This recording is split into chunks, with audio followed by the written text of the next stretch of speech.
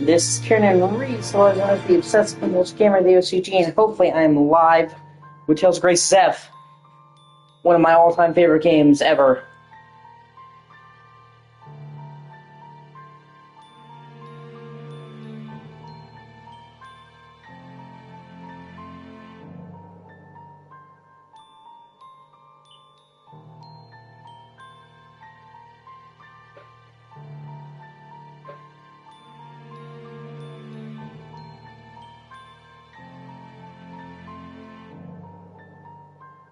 Sweet, I'm live.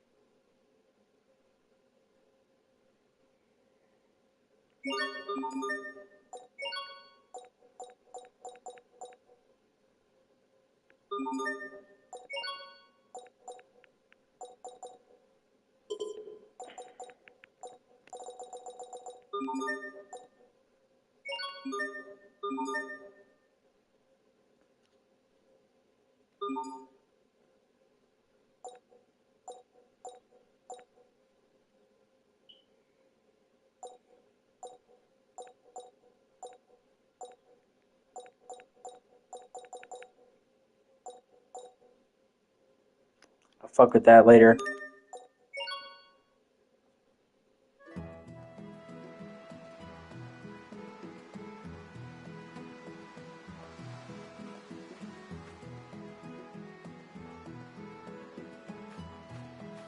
You're really going up there? Of course! Flowers bloom there all year round. Don't you want to see them? Come on, it'll be an adventure! Dad's gonna be really angry if he finds out. How many times has he told us to stay away from Lond Hill? It's dangerous. You think I believe a word he says? Don't worry, it's fine.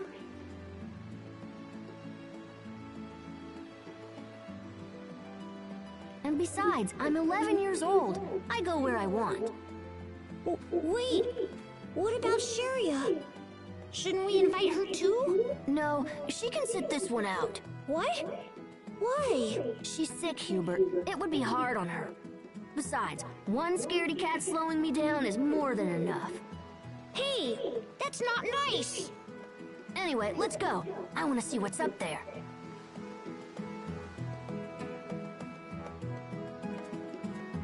Lont Hill.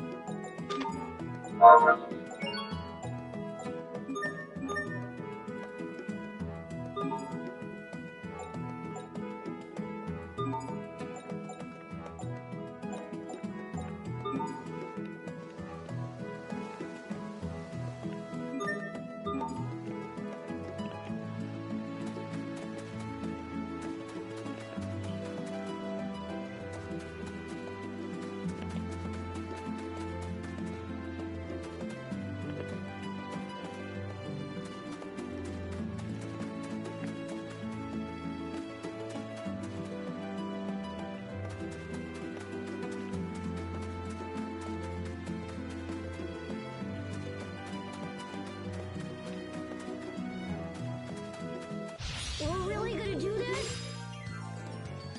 Yeah, take that! Yeah! Huh! Yeah! Yeah! Huh! Yeah! Huh! Yeah! Yeah! Huh! Yeah! Huh! Yeah! Yeah! No! We're the toughest kids in town! But we shouldn't be out in places like this.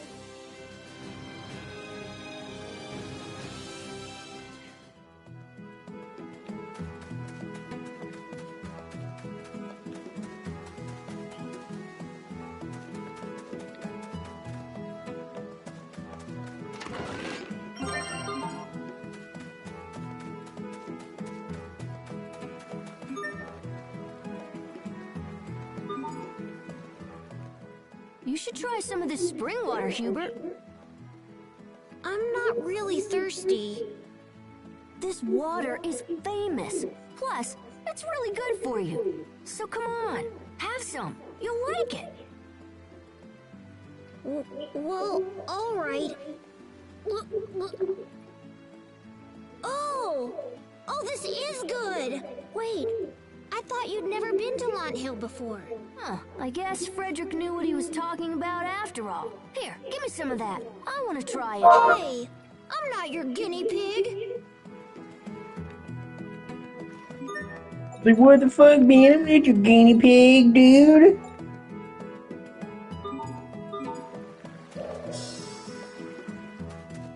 I'll show you what I got. Yeah, take that. No, yeah.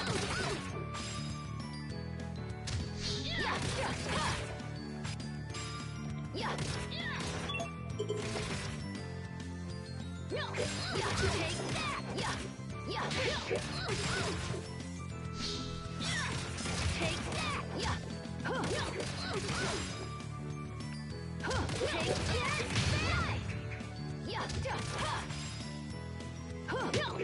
Ooh, close call.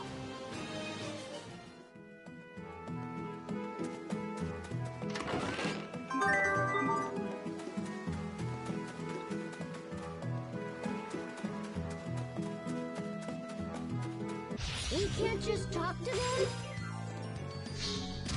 Yeah, take that! Ow! No! Yeah, take that! Yeah, ow! Get back! Yeah! No! Yeah! No! No! Take that!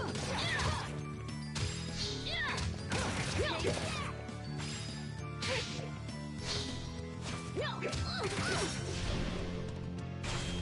No! Take that! Yeah! Stay away from me!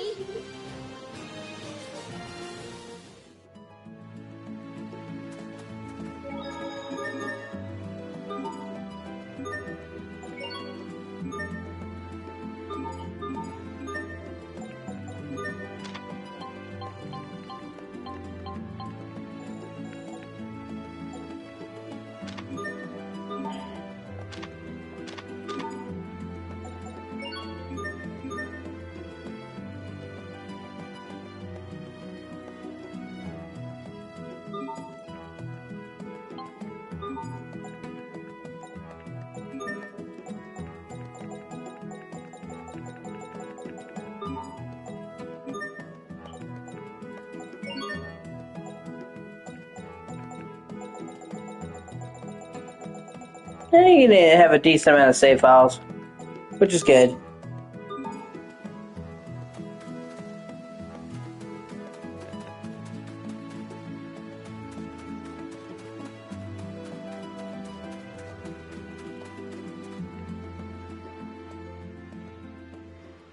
Wow. Ah! What's wrong? There's someone there.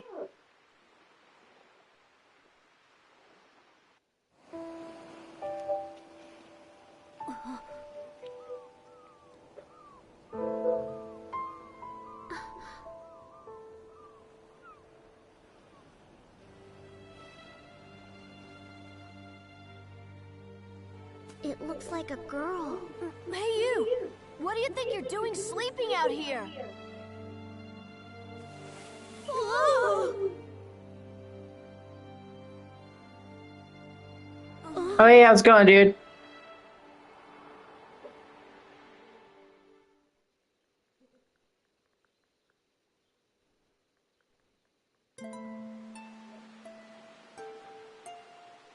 I heard a voice. You did? I was asleep at one with this place.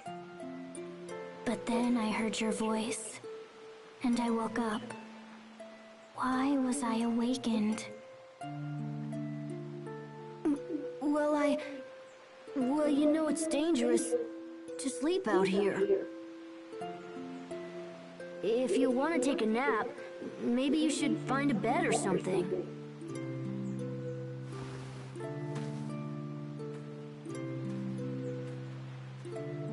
this bell. She's headed right for the cliff.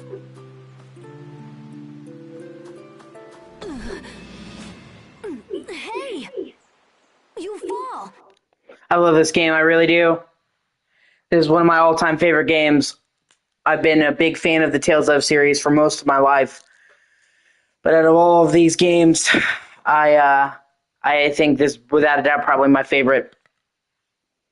And I didn't play this until much, much later because it was a PS3 exclusive. And like I said, growing up, we were a 360 household.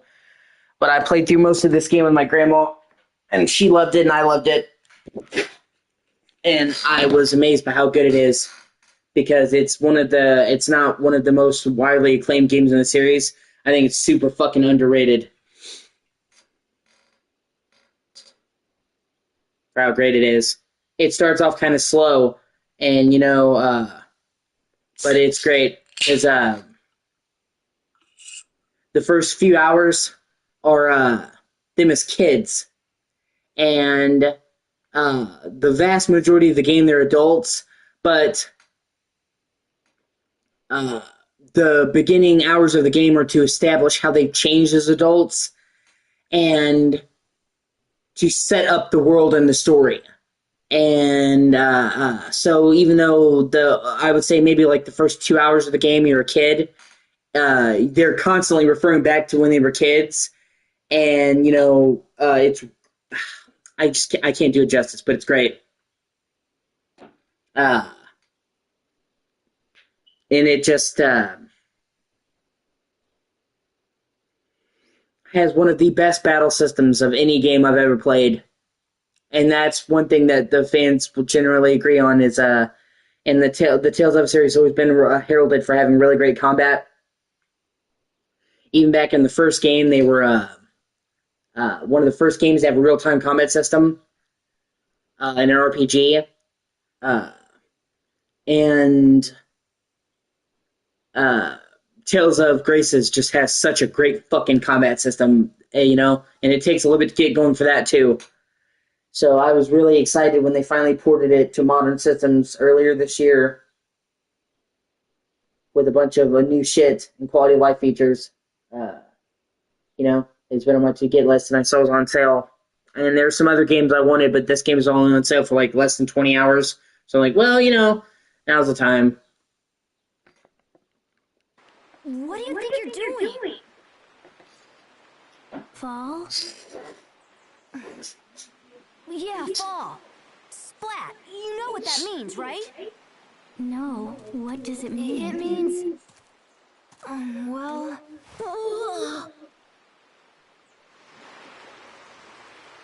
That's a long way down. If you fell, you'd be in big trouble. Like, it's been on my to-get list ever since it was announced. I just, didn't have time, or a new game was coming out.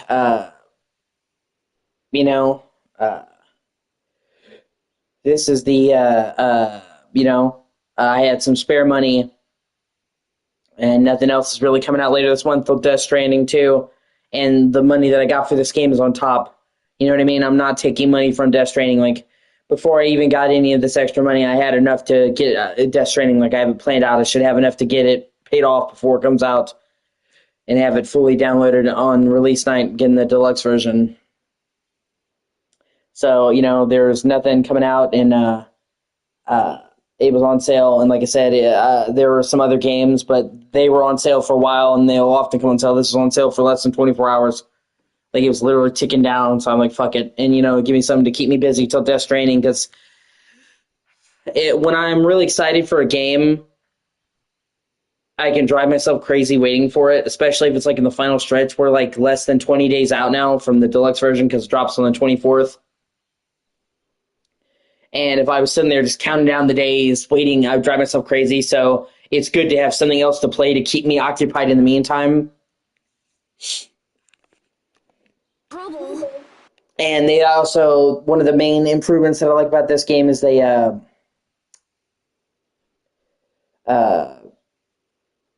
made getting the platinum actually doable and not bullshit, because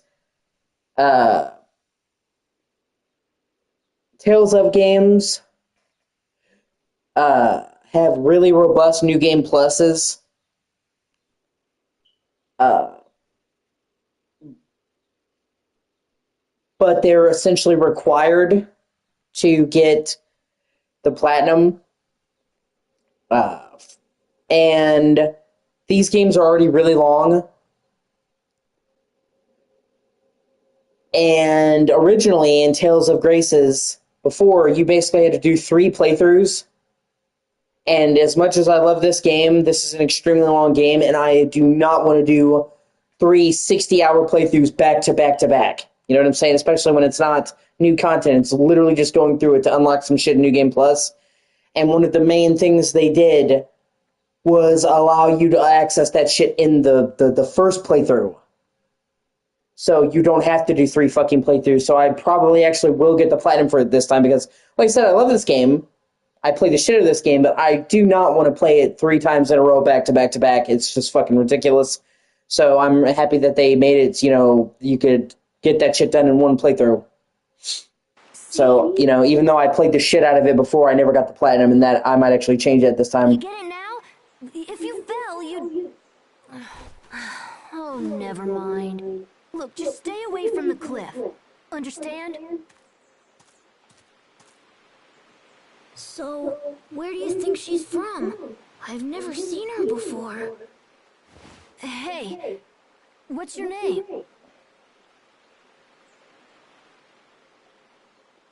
Right. That's rude. I should introduce myself first. I'm Asbel Lant. This is my little brother, Hubert. Hi, it's a pleasure meeting. And it's kind of cheesy and over the top. All the Tales of games are. They don't take themselves incredibly seriously. Like they're not like a joke. Like the whole thing's a joke. They have serious moments, but they're a lot more tongue in cheek than like Final Fantasy, and a lot sillier. And they're not afraid to have like funny moments. So this game starts out when they're kids, and it is a little bit cheesy, but it actually hits home and gets pretty fucking dark. So I'm really looking forward to it. So, tell us your name. My name? What was it? What was my name? Hey, don't tell me you forgot your own name. Well then, I know. How about this? Can you at least tell us where you're from? Where I'm from?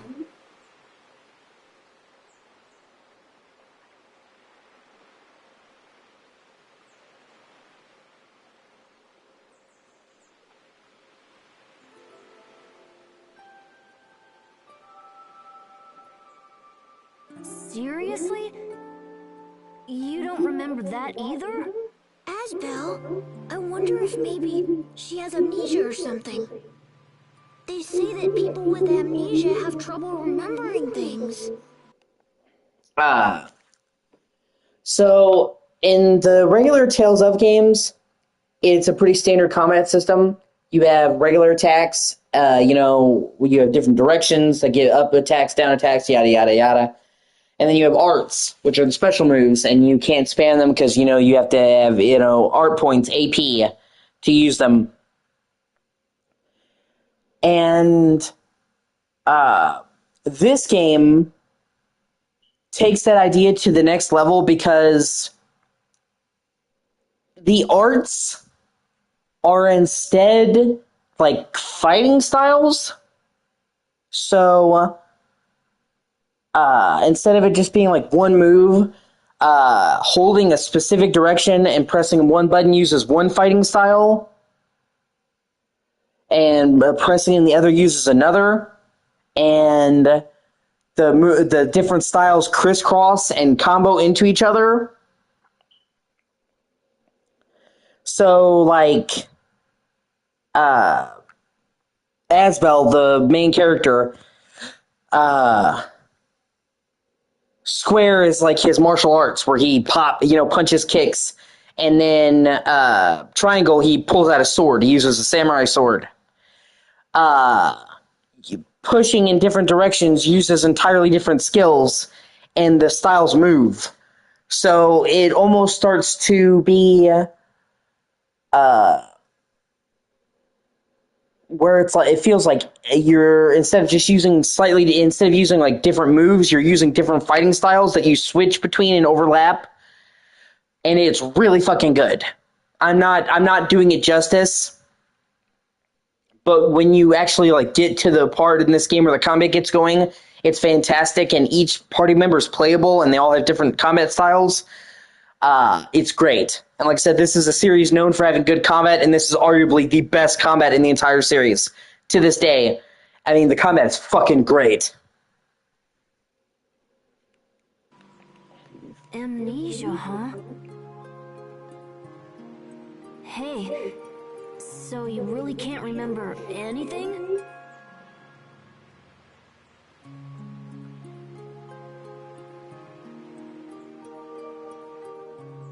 Well, you know, Hubert, you may be right. So what do we do now? We bring her back to town. What? Are you serious? Can we even do that? Well, what else can we do? We can't just leave her here. And besides, maybe she'll remember something once we get back. Oh, yeah. I suppose that makes sense. Hey, why don't you come back with us? There's no point standing around here by yourself.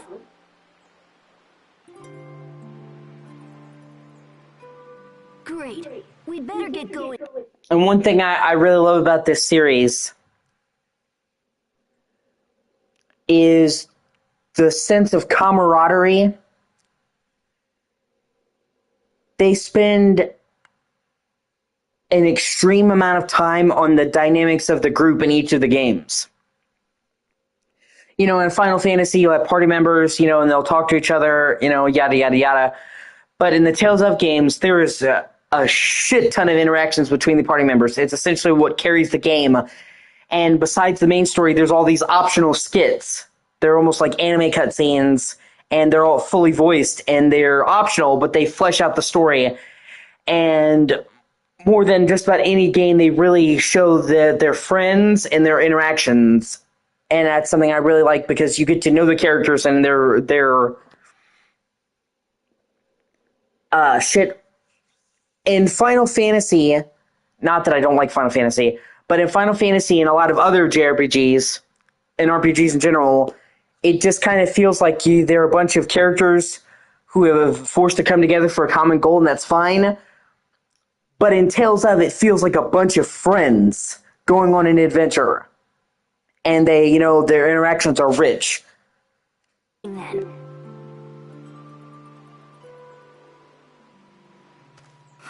You like flowers? And I'm explaining so much of this because you never really fucked with the Tales of games, so you don't really know. And I'm trying to explain why I like this Tales of games so much. You know, I like most of the games in the series, but this one has always had a special spot in my heart. And this game originally came out for Wii, but only in Japan. It was a Wii exclusive, and it did really poorly financially for some reason. I don't know why, I guess because there wasn't a big RPG market. So when they brought it to America, they decided to bring it to PS3. Because PS3 had a thriving RPG market, and it sold infinitely better. And that's where it became Tales of Grace's F, because they added a bunch of new shit for the PS3 version. So it wasn't just a port. So on the surface, this is like a Wii game graphically from like 2010, and it has held up really fucking well, you know? And a lot of the Tales of games do, because they don't go for hyper-realism. You know, I'm all for realism, but one of the problems with hyper-realism is that it ages poorly. Games like this, they go for more artistic art style, are essentially timeless. Here, take one for the road.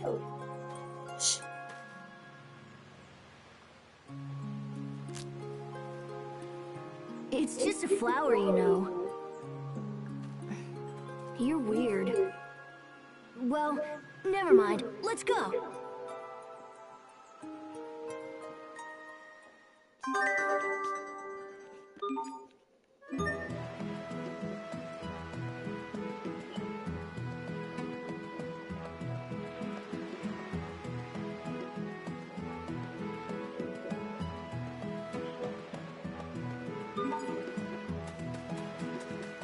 And, like, they added all kinds of things. Like, some people thought it was easy to get lost, so they added a marker that you can turn on and off to show you where you're supposed to go.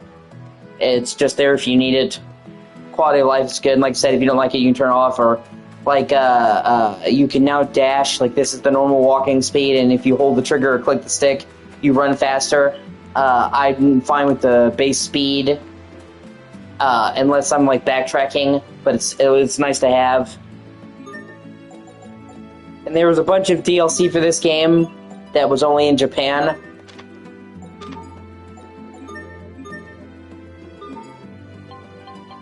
That they brought to America for the first time with this, so I'm excited for that.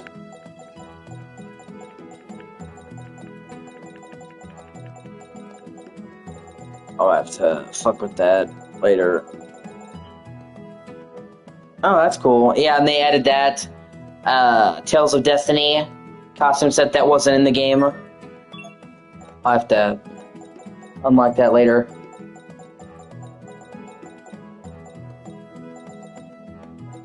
I'm looking for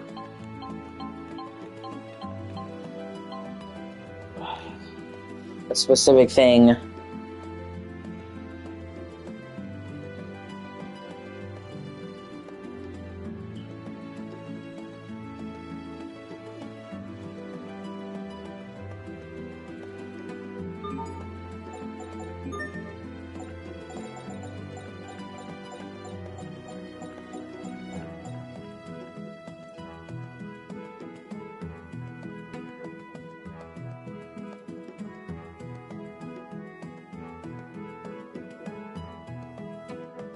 Okay.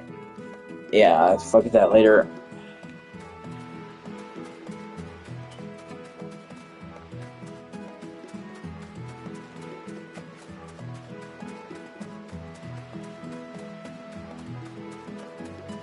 And there's parts of this game's areas and shit that is immense that I really appreciate.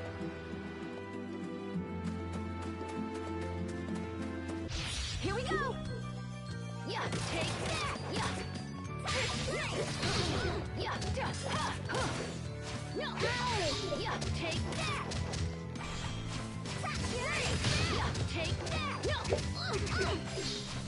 Yeah, take that. No. That was so scary. I wasn't scared.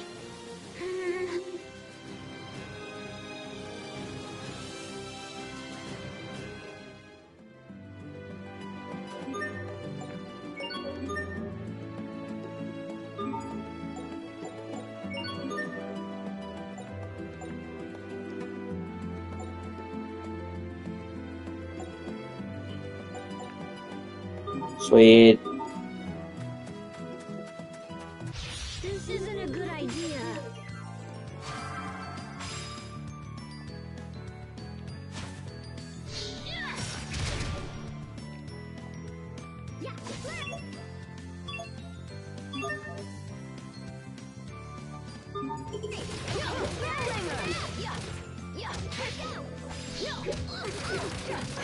See, if you just tap the button, you do the basic attack.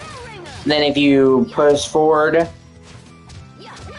you see him fucking slam over. And that's just one of the starts. Like I said, once you get to later in the game, you get like entirely different combat styles. Like you can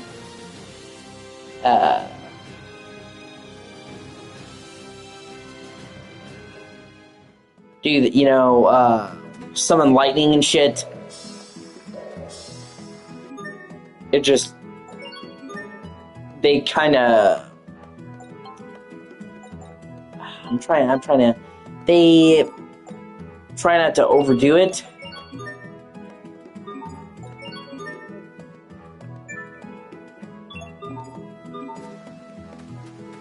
Hostiles. Yeah, Howlinger.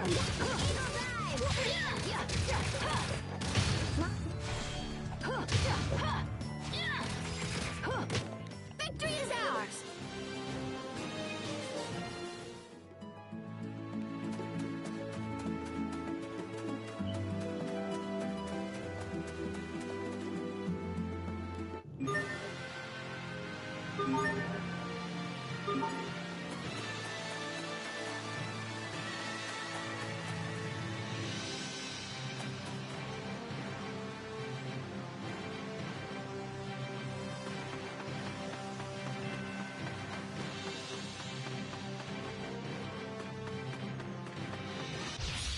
you what I got.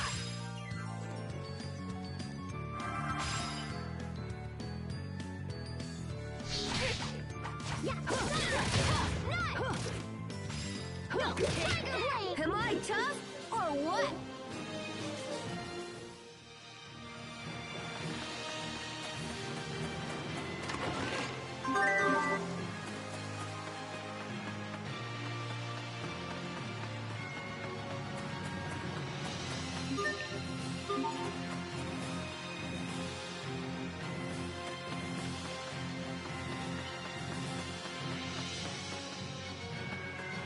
And like I said, the combat starts off simple, but like once you actually get into the nitty gritty of the combat in this game, is really something.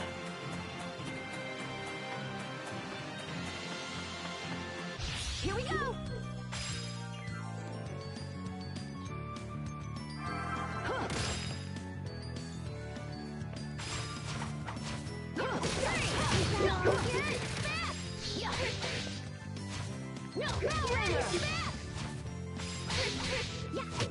I think that's all of them.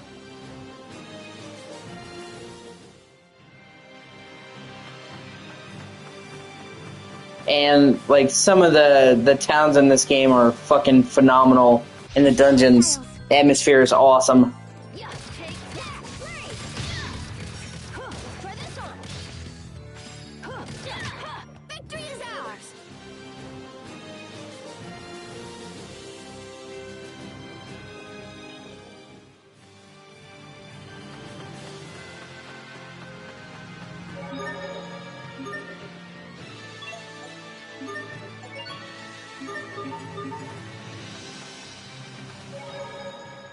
There are sparkly things on the ground. If you search around those, you sometimes find really cool stuff. Why are they there? I don't know. I'm sure people accidentally drop them. We should be careful not to make the same mistake. Especially you, big brother. I'm tired of being blamed whenever you lose something. But that's... It's because you're always... See, there's all kinds of optional conversations like that. And you don't have to listen to them, but they're usually funny and they establish the thing. Like, here we go, the first town unlocked.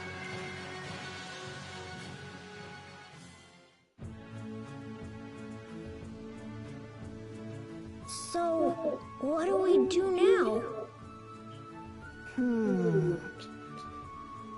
Hey! Asbel! Uh-oh, it's Sharia. And she totally wants to fuck Asbel. Why you decided to leave me behind? You're in trouble. She's really mad. Run! Don't you move a muscle! I'm not gonna let you run off without me again!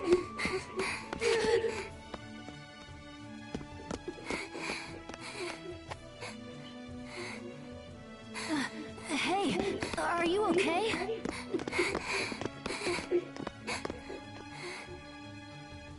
And that's why he didn't bring you along. Running like that.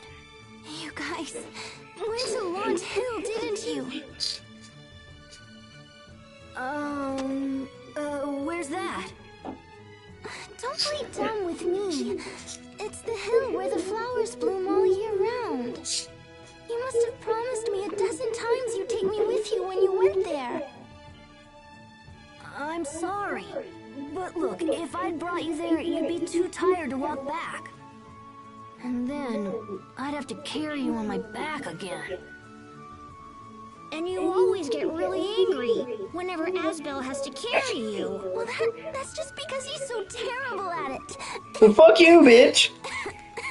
Imagine being carried through his back and saying they did a bad job of it. Here, hop on. I promise I'll try to be more careful this time. And like I said, in the beginning, it is kind of more cheesy and silly because they're kids. But the end of the prologue has a market shift where they kind of get fucked up and they all go their separate ways and wind up coming back like 10 years later. That's alright, I can walk on my own. Hey, where did that girl go?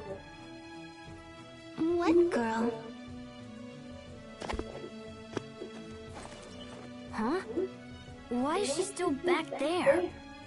Look at her, Hubert. Right. Hey there. So why didn't you follow us? That girl told us not to move. Aspel, who is this girl? I don't know. We found her on the hill and brought her back here. Why did you do that? Because you needed help, stupid bitch. You're not gonna find a chick fucking passed out. She seems a little older than me. So, is this the kind of girl Aspel likes? Come on, Sharia. Don't stare at her like that. You two should try to be friends. Yeah. Oh, I was wondering, what's with the flower you're holding, Aspel? Huh? But you kind of understand now what I mean when I say that it doesn't really feel like a Metal Gear game. Like, if they switch the names of the characters, would it really feel like a Metal Gear game? And the answer is no. And that's fine. It's a Platinum game. You can clearly tell it's made by the guys who did Bayonetta, because it was. And that's fine, but that's why I never really especially loved it, because I kind of went into it expecting it to feel like a Metal Gear game, and it's not really. Like, don't get me wrong, it's one thing to be a spinoff, but it really does feel like they could just remove any ties to Metal Gear and it wouldn't change anything. You know what I mean? So, it's not necessarily that it's an action game, it's that it really does feel like they just made a Platinum game. Yeah, exactly. I don't mind that it's over the top. I'm just saying it doesn't really feel like a Metal Gear game to me. It very much felt like a Platinum game with Metal Gear characters stuck on there. And that's fine. I'm just saying, like, I thought it would be more connected. But yeah, no, it is a good game. Like I said, all Platinum games, they know how to make good combat. Bayonetta,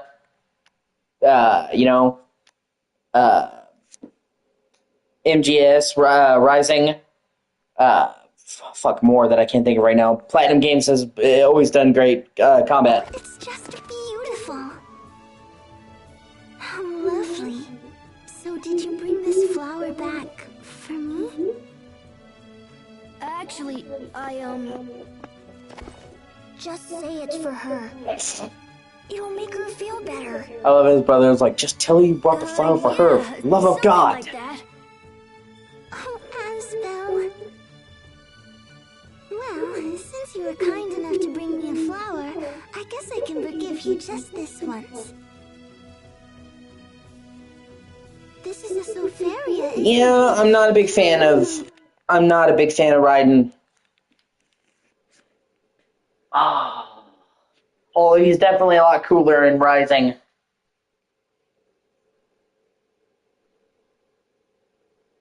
I feel like you'll understand it a lot more when you play Metal Gear Solid 2. You're looking at it from the outside coming in, man. And I think if you watch and play more MGS2, I think you're going to understand some of my reticence. And in particular, I really just don't like his relationship with Rose.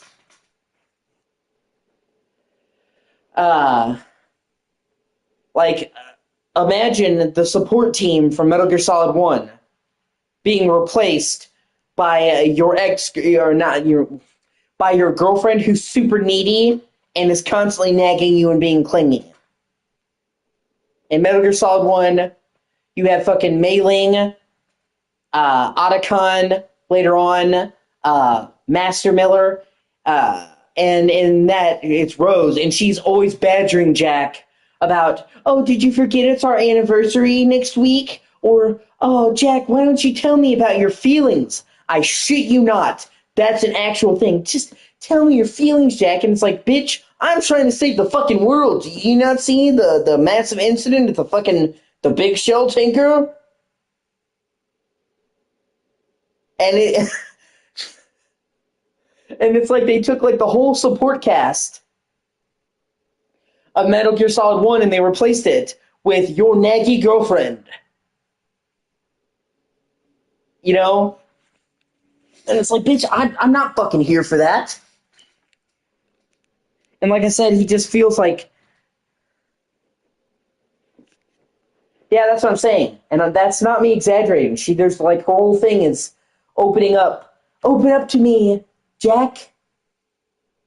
Tell me your feelings. You never let me in. And it's like, bitch, I'm just trying to save. And you know how Mei Ling would tell you like proverbs when you saved and have conversations? Yeah, imagine her. That's the conversations Rose has with you when you save. It's like, let me save. Shut the fuck up. Uh,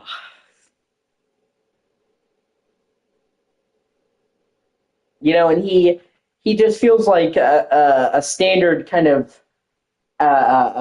anime cool guy protagonist, and that's fine and all. But it's like, dude, when I come to Metal Gear Solid, I want to play fucking Solid Snake or Big Boss, dude.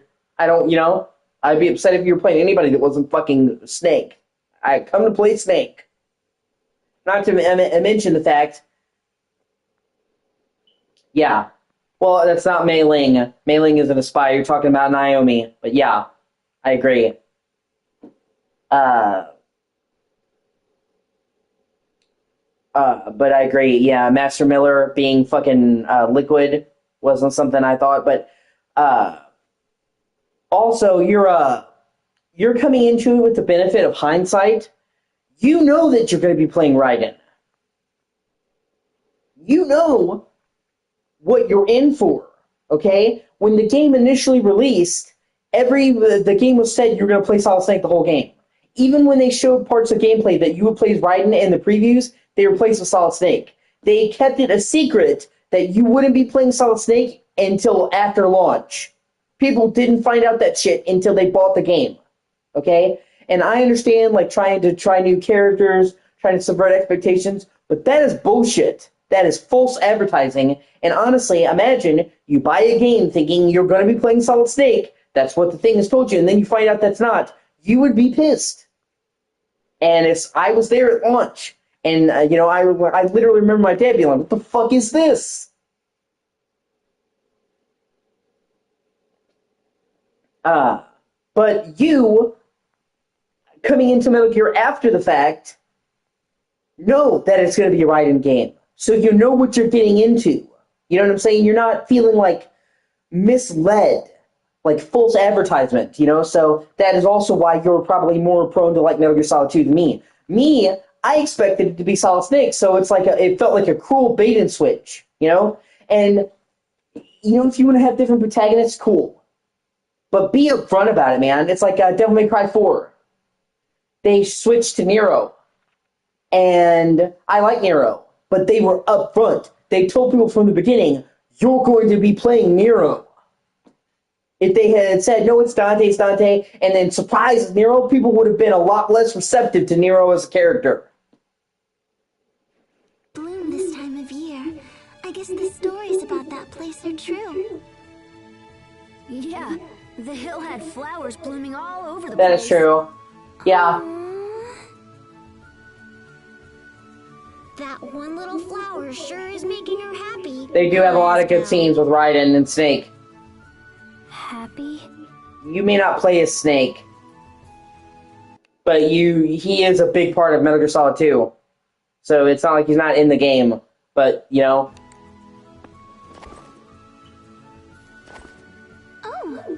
you're giving me one too? Thank you. That was really nice of you. Happy. and Metal Gear has always been kind of out there, but it was always somewhat grounded. There was always that chord that stopped it from getting truly crazy. Like you would have crazy stuff like Psycho Mantis, but then you have more grounded stuff like him talking about like warfare and guerrilla tactics and reloading your gun. You know what I'm saying? Like, I'm not going to say they were all like like totally realistic, but Metal Gear Solid 1, for example, which you've played, had enough realism that it still felt somewhat grounded, whereas I felt with like Metal Gear Solid 2, they went super fucking crazy, as I'm sure you've seen with the simulation shit and the I need scissors and all that, and I thought that they got too far out there, And that's why with Metal Gear Solid 3, they reined that shit back in. And that's another reason why I don't like Metal Gear Solid 2 as much. Because I feel like there's literally a guy called Fat Man that plants bombs, and he rolls around with fucking roller skates, dude. It's ridiculous. You know, and I just thought, like, there needs to be that chord that still keeps it feeling relatively grounded. Like, you can't have moments that are out there. But, and that's not a joke. His name is actually Fat Man, because he's fat. He's like 300 pounds, and yet despite being that fat, he rolls around on roller skates. He's like the first boss in the game. Okay? And then Vamp, the homoerotic vampire, and that's not a joke. He, like, I'm sure you've seen Vamp.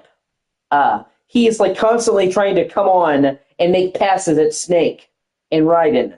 So then you have, like, a gay vampire, and it's like, what are we doing? You know, I thought this was tactical espionage, man. Can we go back to talking about nuclear deterrence? You know what I mean? And like I said, I'll never say that Metal Gear is totally grounded, but with Metal Gear Solid 1, it still had that element that kept it feeling relatively grounded. There would be crazy parts, but then you would have more, like, realistic. But with Metal Gear Solid 2, Kojima wanted to go really out there, and so it's arguably the most out there fucking crazy, balls to the wall. What the fuck is going on, Metal Gear, out of all of them, and that's saying something. And you probably will like that, but for me, that also felt like a betrayal, and I'm just like, you know, and that's why I like Metal Gear Solid 3, because you'll have crazy stuff, but then they'll talk about the Cold War and Spetsnaz and Russian scientists, and they keep it relatively grounded. Whereas I feel like with Metal Gear Solid 2, he just went fucking crazy. What's your name? Where are you from? We asked her. And like I said, I don't hate Metal Gear Solid 2. I know that sounds like I hate it. I don't. I still think it's a good game. It still has great moments that I'm not going to spoil for you, because obviously if you're going to play it, you deserve to get the full impact. There was actually some really great story moments with Otacon. And it was a massive leap in gameplay. The leap in gameplay from Metal Gear 1 to Metal Gear 2 was fucking a quantum leap. Being able to stick up targets, go in first person and aim and shoot particular things, hang over rail, like, it was a massive improvement gameplay-wise. Like, there is no arguing that. So I do like Metal Gear Solid 2. It's not like I hate it. It's just, I think out of all of the Kojima Metal Gear games, it's my least favorite. Same thing earlier, but she doesn't know. I still think it's a good game. I still think it's worth playing, and I have fully beaten it.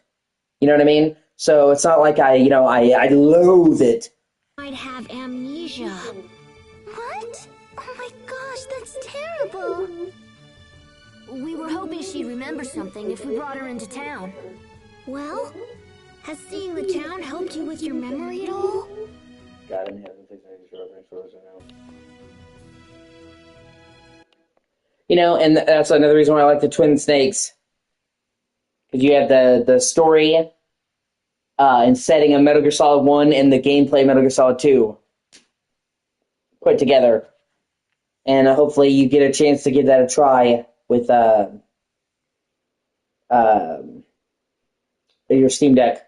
Because honestly, it should be a fucking cakewalk to run the Twin Snakes. And it really is the type of game that you would emulate. Because if you try to get a legit copy of it, it's like $200-$300. It is a fucking bitch to get a legit copy of the Twin Snakes. But emulating it, you could bench press it, and perfectly lock 60 FPS, and it just so many just being able, just the first person, man, being able to first person aim, being able to hang over rails, being able to hold up enemies and take them, disarm them, just like that is just a massive improvement, so, but we'll see either way.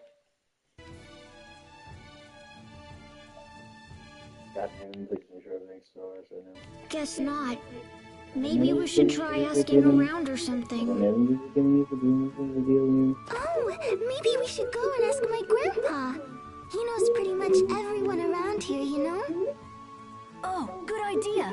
I bet Frederick would know something. Let's head back to our place.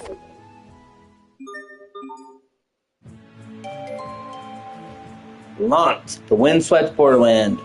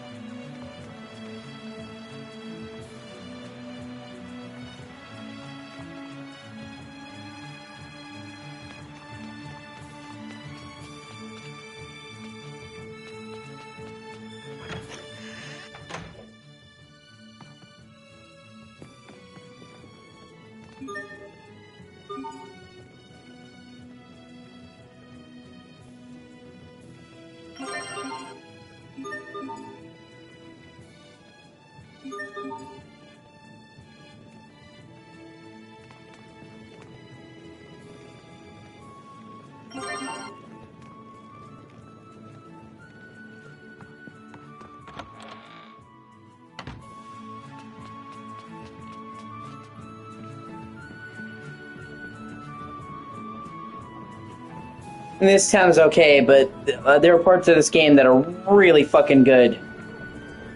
Atmosphere-wise. I think some of the dungeons in this game are outstanding.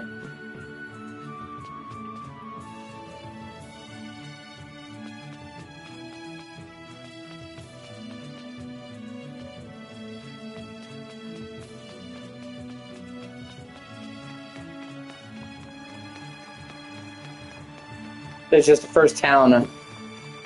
And this game also has a giant snowy continent.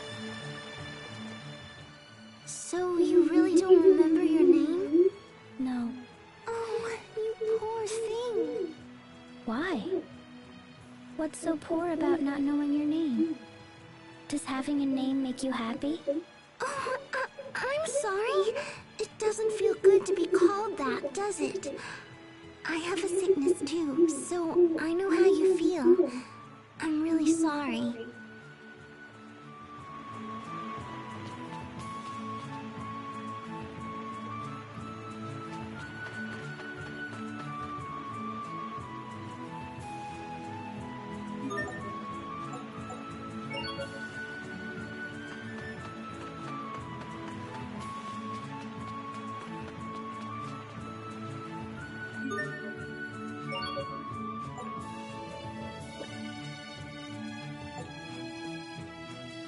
How much gold do I have? Let's see, sell.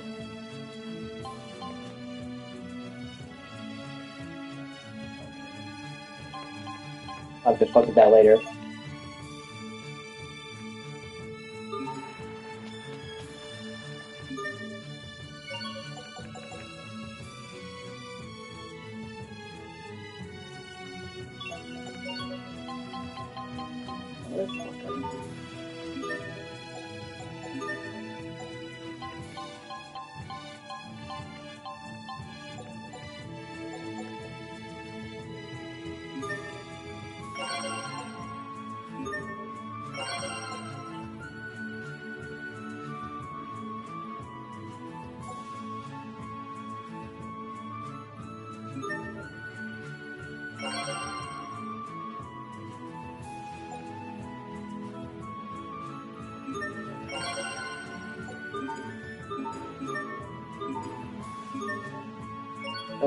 Titles.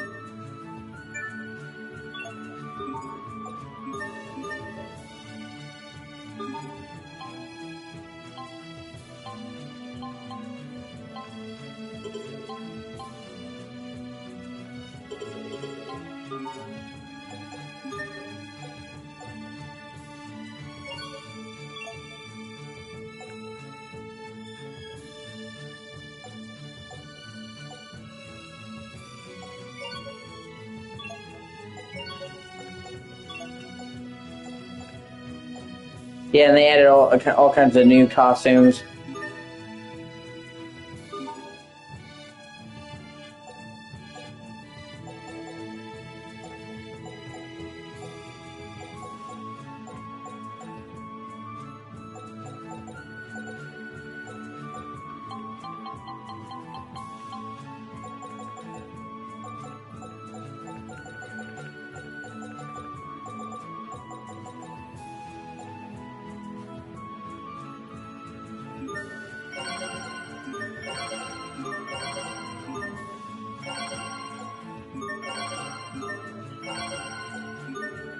Some of these things I don't want to upgrade because some of the DLC for this game was like microtransactions to totally skip the game, and I don't want to do that.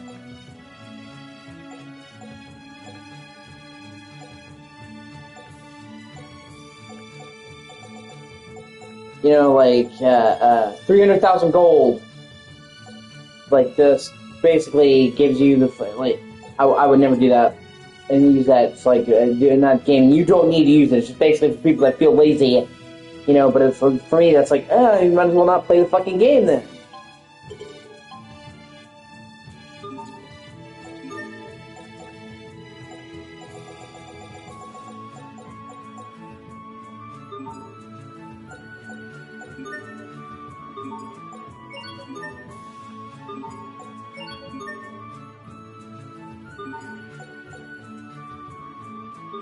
Oh, that's right. Yeah.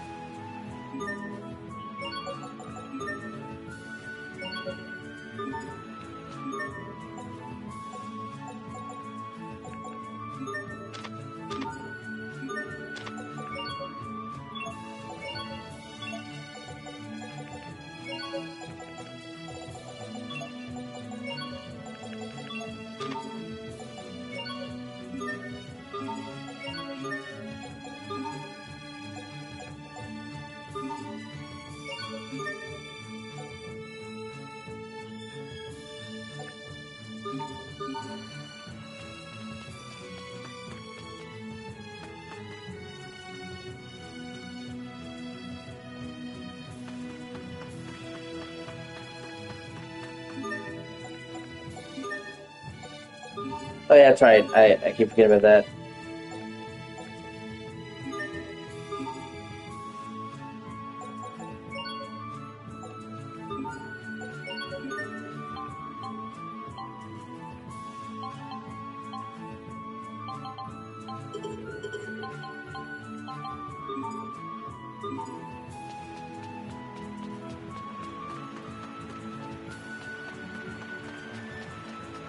Hopefully you get the chance to see why I think so highly of this game. It starts off slow. Once you get into it, it really takes off.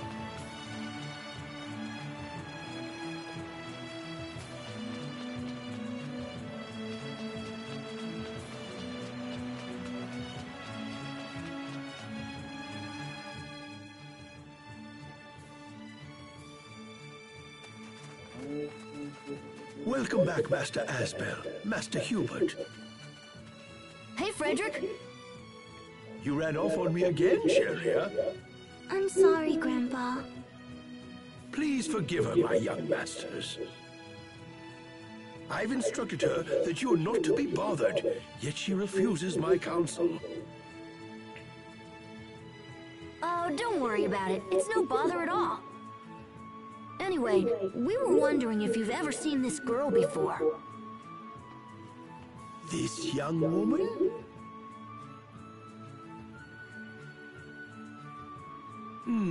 No, I don't believe I have. Grandpa, this girl has amnesia. You don't say. That's quite the dilemma. Perhaps I should make a few inquiries around town. No, that's all right. We'll do it ourselves.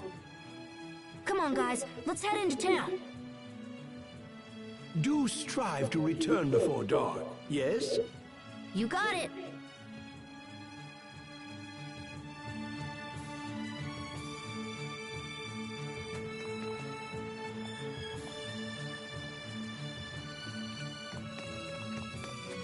Like, the first real city that you go to Verona, super fucking cool. And when I first played the game, like, oh wow, it was really cool.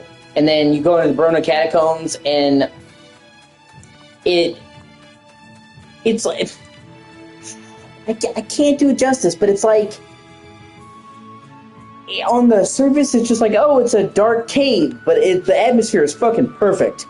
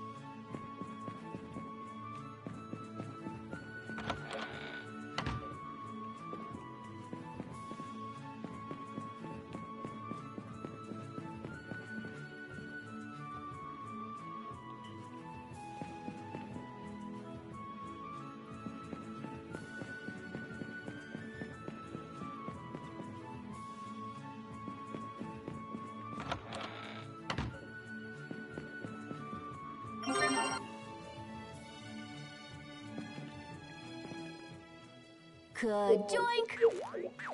Ouch! Don't pinch my cheeks! It really hurts! Asbel, cut that out! What's wrong with you? I found a piece of Creus on Lawrence Hill that was full of Eleth, but it's gone. I think Hubert stole it. Asbel, what's that by your feet? Oh, my Creus! Well, what do you know? This happens every single time.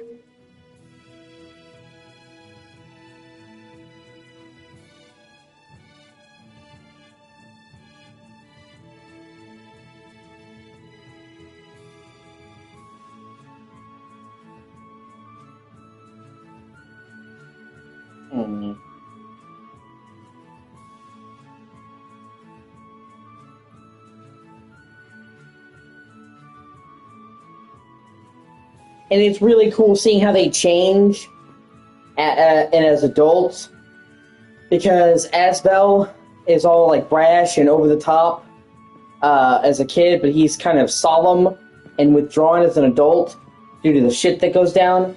And his brother, Hubert, you see how he's kind of like the baby. He's cute, and like he's constantly picking on him. He winds up getting separated and being raised in a different country. It's basically like a political hostage to broker peace. And the place that he winds up being is fucking brutal. So he winds up being like cynical and deeply like bitter. And so it really contrasts with like, man, when he was a kid, you were such a nice kid, and now you're a dick. But they go into that and explain why. Like the place where he was held hostage basically is like, if you're weak, you will just die. So, so it's a little bit slower at the start, but the childhood stuff is really meaningful and showing how the characters changed and being a starting point for it.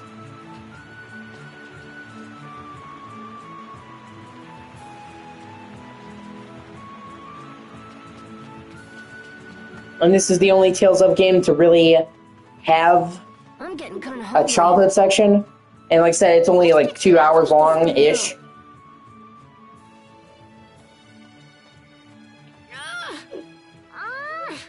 I can't reach him. You're hopeless. Here, watch out. Let me do it.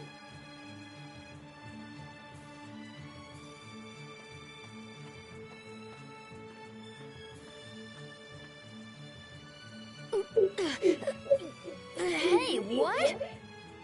You can't reach him either. Shut up.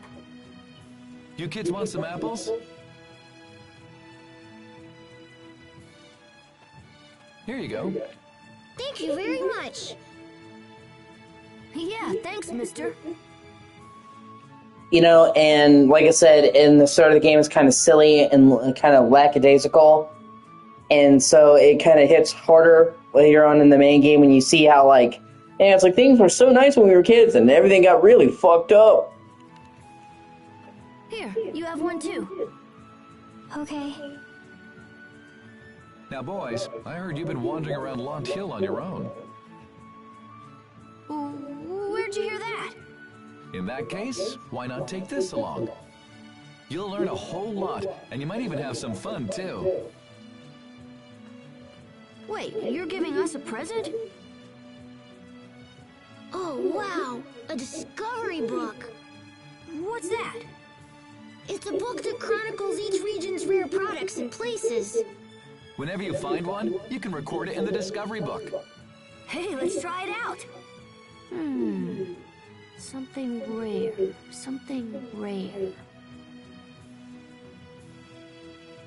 Aha! Asbel, you're not going to record the girl with amnesia, are you? Of course not. Let's just record the apple tree instead. Right, I'm on it.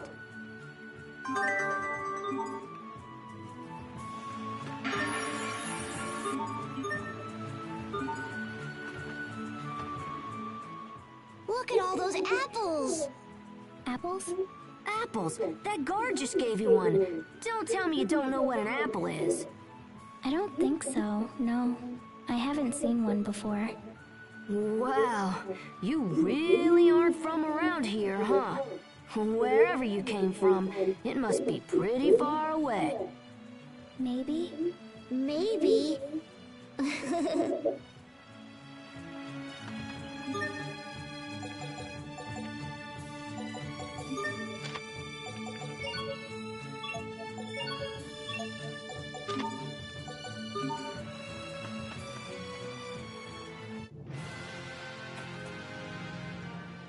I've never been down Westmont Road before. We come this way all the time to look at boats. Boats? If you keep going down this road, you'll reach the western port. They have boats from all over the world. Boats and hoes! I guess you really are a boy if you love boats. Hey, what's that supposed to mean? Boats and hoes! Boats and hoes! This isn't a good idea. Yeah, Bellringer! Try this on! Yeah, Tempest Strike! Yeah, blade. I think that's all of them.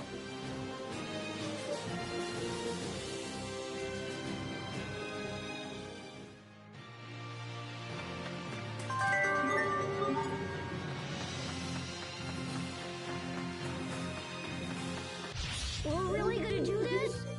Yeah, Bellringer! Take that! Yeah! And see, you have a limited amount of actions you can make at one time. You have to take a break between them, so you can't just spam attacks. But if you dodge perfectly, you get it back, so it encourages you to watch the enemy and move.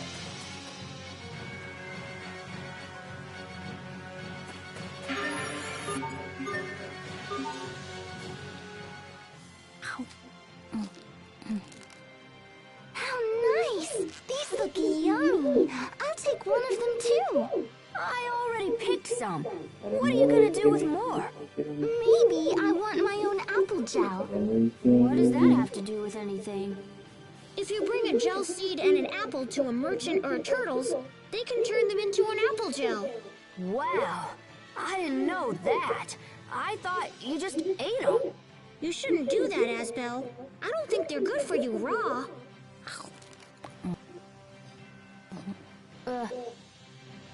See, there's all kinds of funny scenes like that that you don't have to see, but they're just a part of it for me. They're really showing the relationship between the cast members.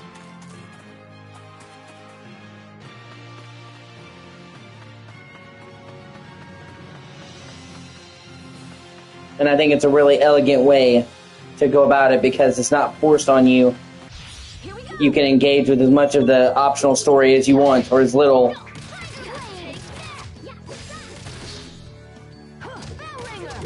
You don't have to watch a single skit.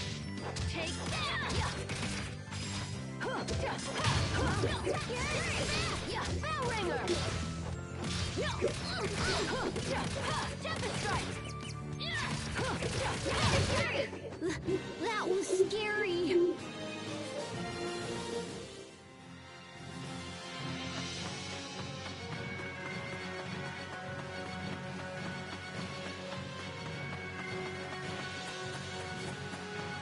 Hostiles.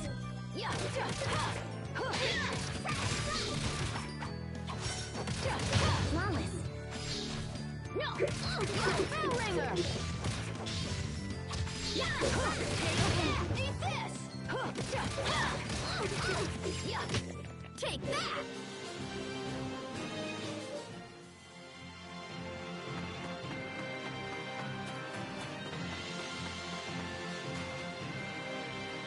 Hey, looks like you's got an apple and a gel seed, yeah? Then let's get dualizing. Dualizing? It's where you makes an item by combining these things we call materials. Even like the merchants, they're called turtles, and they all talk like a Jersey accent. What turtles? Can I really do that? Sure, just talk to one of us turtles, or else hits the shops in town. But you's gonna need this first. It's a dualized book. I don't know why, I just find that funny. What a pain. Lazy, eh, kid? Well, no worries. I'll teach yous.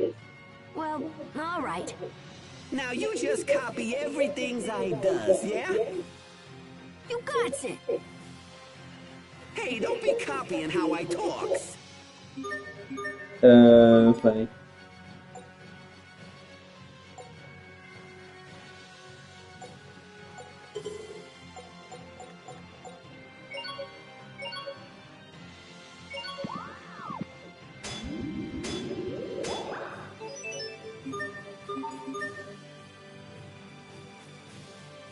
Huh, that's it?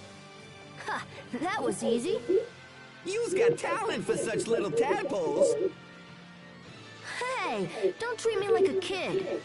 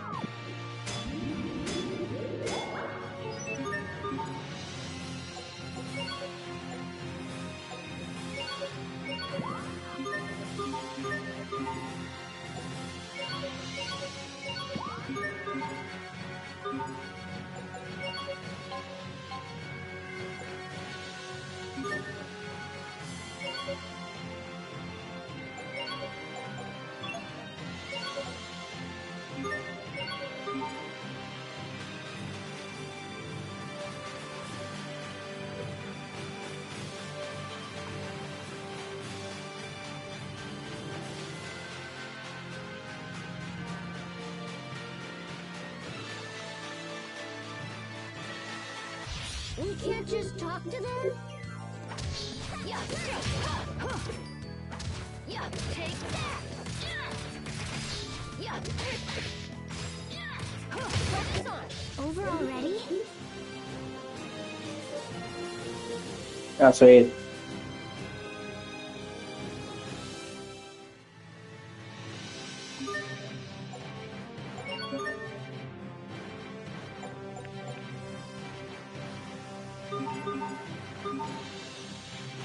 See, so like, you see all these different combinations that you can do with this. Each art is like that. And once you get later on in the game, you have like 4 different chains of arts with 4 different strings of commands that can be done when you push them, and they overlap, and it actually winds up being a pretty, in-depth system.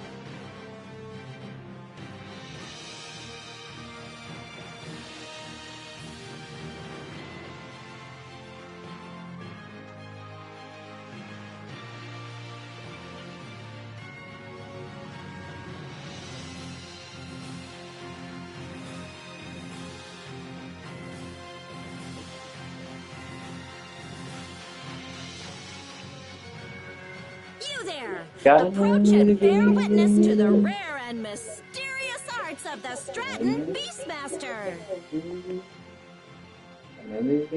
Hey, do you recognize this girl? Not in the slightest. Is she lost? No, she has amnesia. Aw, how very unfortunate. Perhaps what she needs is to witness the astounding feat. Okay, sure. Let's see what you've got. Great! Prepare to be astounded! Ahem. Abracadabra! A hocus pocus, a front flip, go! He's not moving. No, this isn't supposed to happen! Here, let me try. Abracadabra, front flip, go!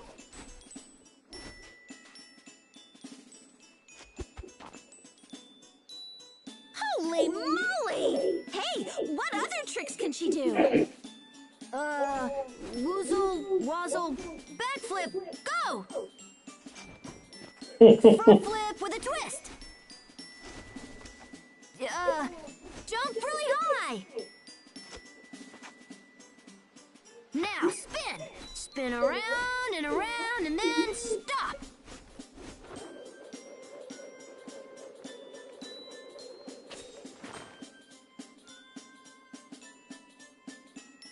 That was incredible! Wow, thanks for the great show, kids! Your friend here must be an acrobat from the circus! Or maybe an assassin femme fatale trained by a secret organization! Okay, let's not get carried Either away. way, it was pretty impressive. I hope you were paying attention, Puffy. Our act is gonna need some serious work. Let's get going.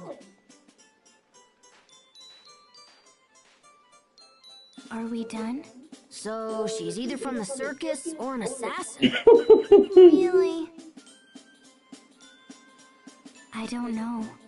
But those movements felt familiar, as if I'd done them before. Maybe the Beastmaster lady was right. We should head home.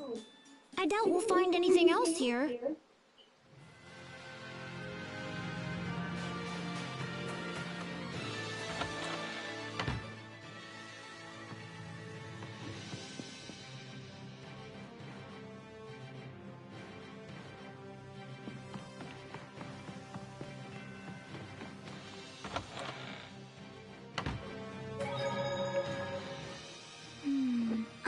You know, Aspel, you could try giving me commands too. Huh? No, I'm good. Let's just go. Seriously, it's okay. Let's try it. You can give me any command you want. She wants the D, bro. Abracadabra. Go be quiet for a while.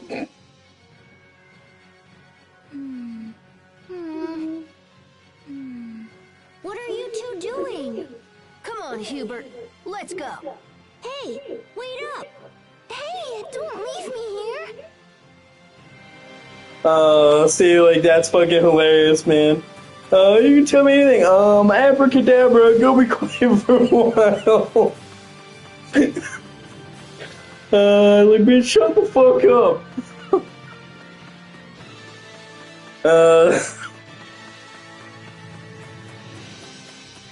And yeah, Metal Gear Rising is fucking ridiculous. And that's the half of it, man.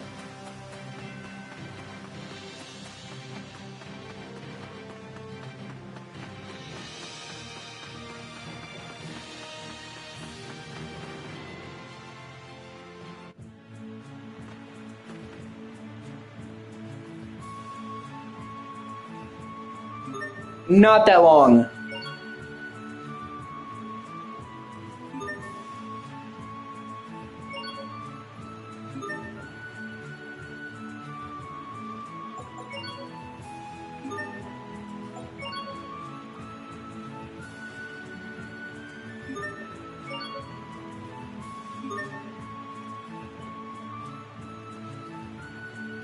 You probably completed your first run through in like 8 hours, man.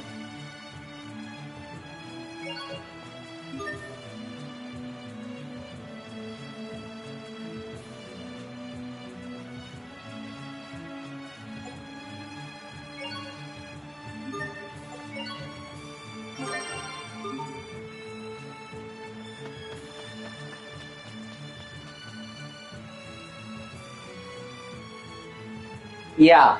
Yeah, it is.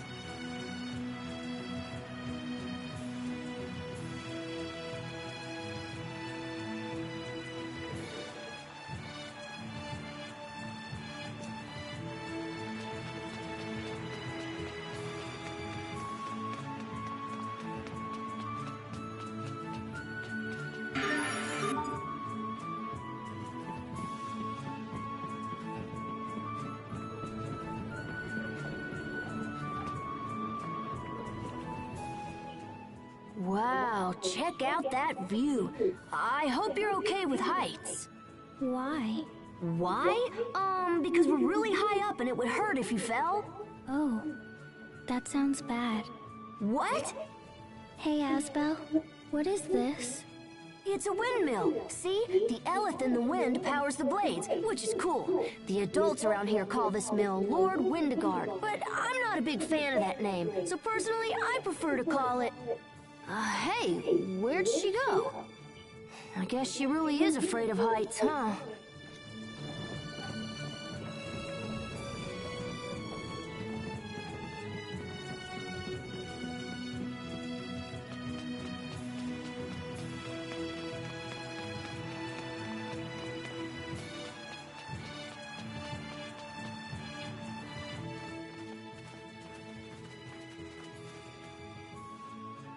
Oh, Mom! Hi, Mom. Hello, boys. Your father wishes to speak with you. He's just gonna yell at us again. He doesn't know when to quit. Hey, Tokyo. It's good to see you, man. Asbel, you mustn't speak so of your father. He thinks only of you and your brother's best interests. Ugh, not this again. Your father is waiting in his study. Hurry along and see what he needs. All right, all right. Hey, Sharia, can you keep an eye on her until we get back? Huh? It's going. Sure. You must forgive my son, Sharia. He puts you through so much trouble. Oh no, it's no trouble. This is one of my favorite games of all time. You must be exhausted after all that Asbel put you through. I didn't put her through anything. You are the heir to the Land Lordship, Asbel. You must learn to think more carefully about those around you. From now on, you are forbidden to take Sharia with you when you play. Do you understand? No, Lady Carrie, please. I'm fine. Sharia! This is ridiculous. I don't know how familiar you are with the Tales of games, but if you like Japanese role-playing games, this is definitely one of the best. Dad's bad enough, but now you? I'll play with whoever I want, so you can just butt out. Asbel!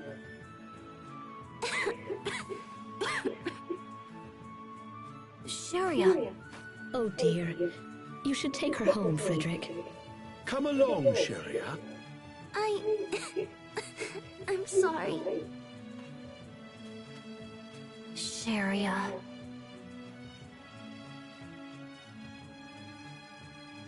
We should go see what Dad wants.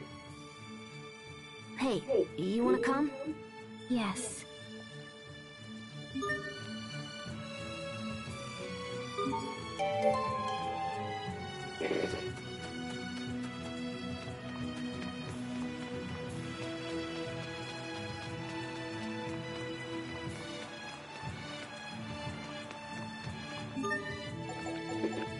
Like I said, like we've talked about before, I really love JRPGs.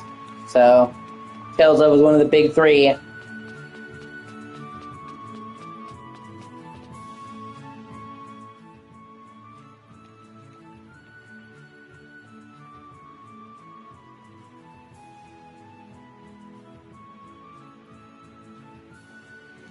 Yeah. Well, you're not even seeing the good part yet.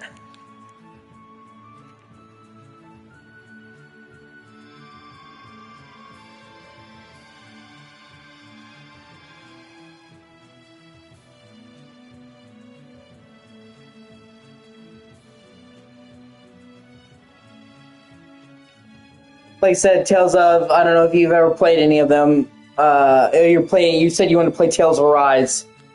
I remember you said this is a much earlier game in the series, but this is one of my favorite games in the series. This is probably my favorite Tales of game overall. It was originally on PS3, and I played the shit of it. I played the shit out of it back in the day. And they recently, this year, re-released it on modern platforms, so I had some extra money and it was on sale, so I got it.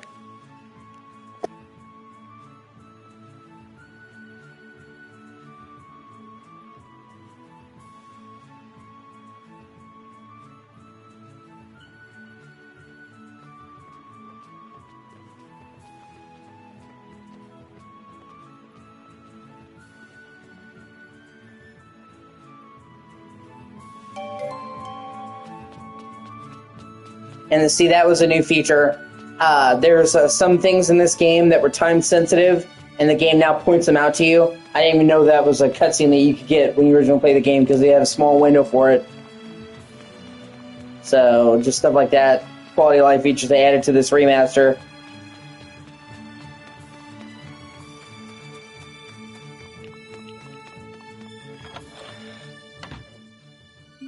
And this game has a fucking awesome combat system. Most people agree it's probably the best combat in the series. The series is known for good combat.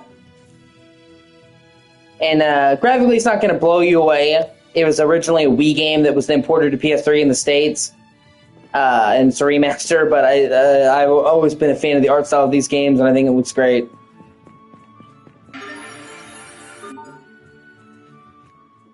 Is that you in this picture, Asbel? You look different. Yeah, I was probably around 9 years old back then. My father had some artist paint it. 9? I'm 11 now, so that would have been 2 years ago? Oh, but hey, how old are you? I don't know. Maybe... And right now it just seems like they're kids. They're only kids in the beginning. The prologue shows them as kids before it skips to them being adults. 14? Really? Are you sure you're older than me? Yeah.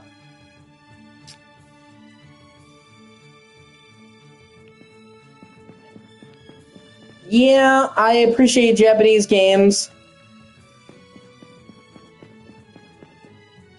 But I don't like having to read what the dubbed. You know what I mean?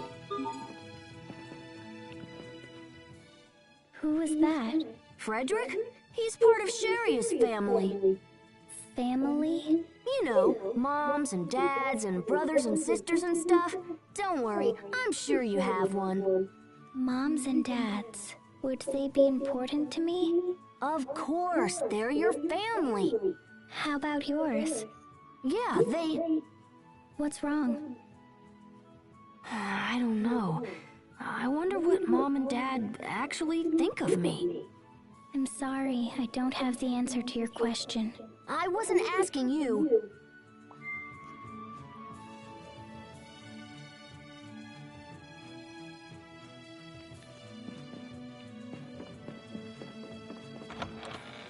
Yeah, he has a real strained relationship with his dad.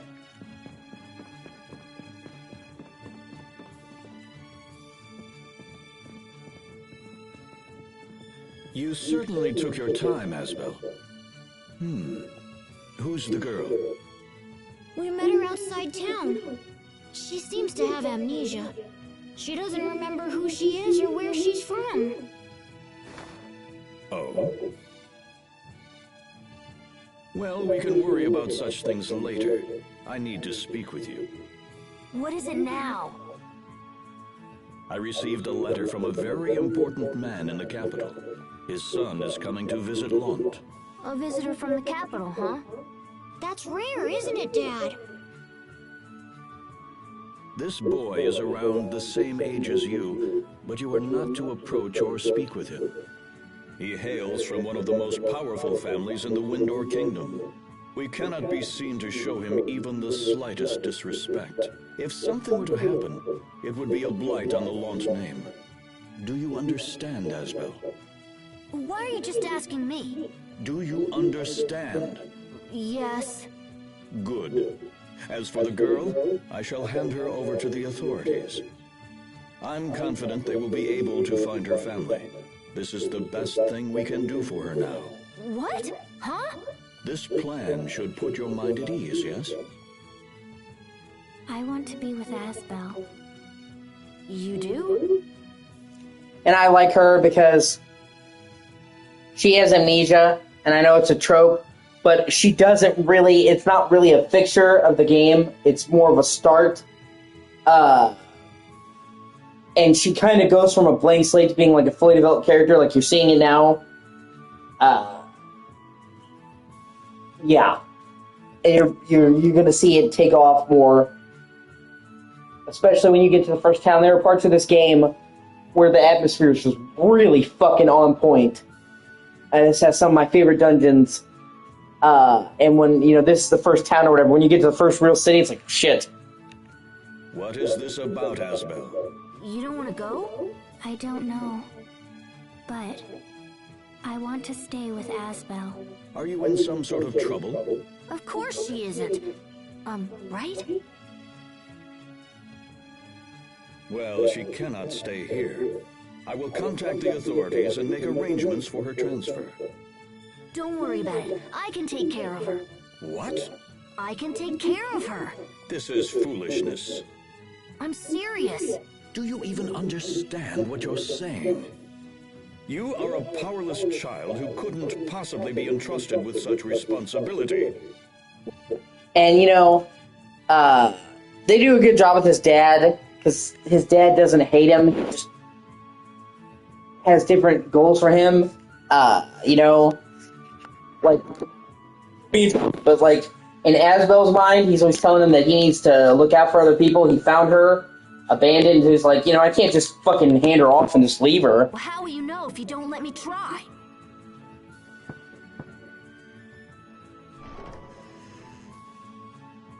My lord, a messenger has arrived concerning our guest from the capital.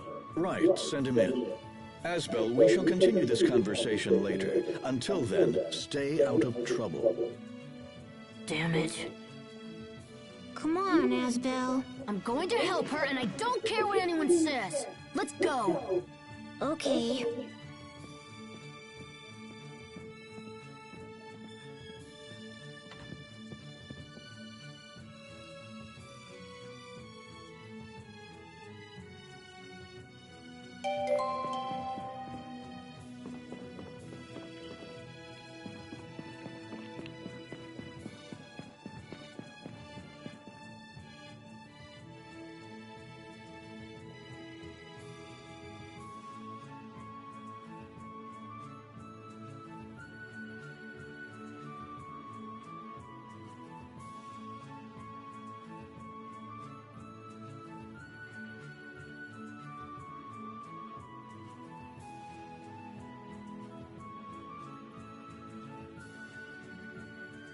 And they fucking... and they really use the whole, childhood thing to show how they change as adults. And I really appreciate it.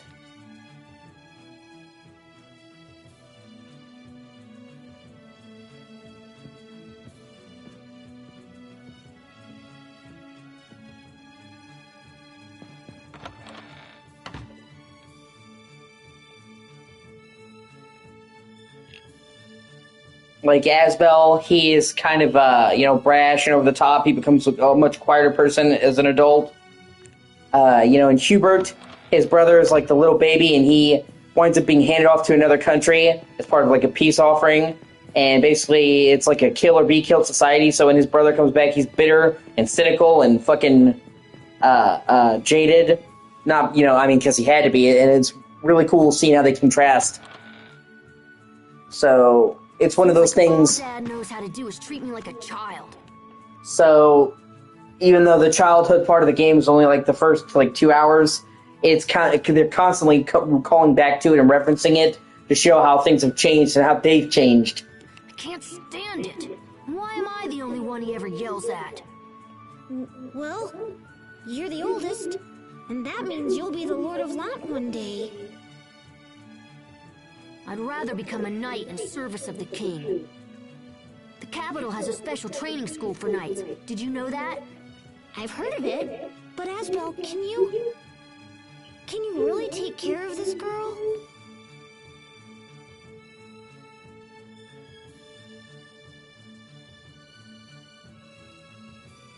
And the plot of this game goes in some really unexpected directions and gets into some mature shit. It seems very jokey now, but there is some pretty dark shit in this game. You know, and it does not go the way you think it will. It's like, oh, she has amnesia, and it winds up being, yeah.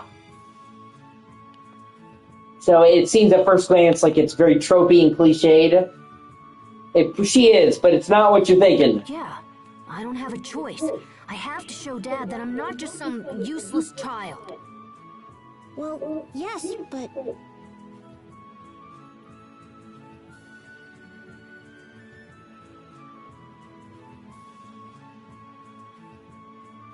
Like, are you dropping Eves? You feeling better? Oh, yes, I'm fine. So, did your dad decide what to do with the mystery girl? Oh yeah, she's my pet now. I'm gonna take care of her. What? And she wants to fuck Asbel, and like it's a recurring joke throughout the game as they grow up that she wants to fuck Asbel, and he's oblivious to it. And so when he's talking about taking care of her, she's like thinking she's gonna be his girlfriend. He just quite means that way. Don't shout like that. You'll make yourself sick again. It's your fault!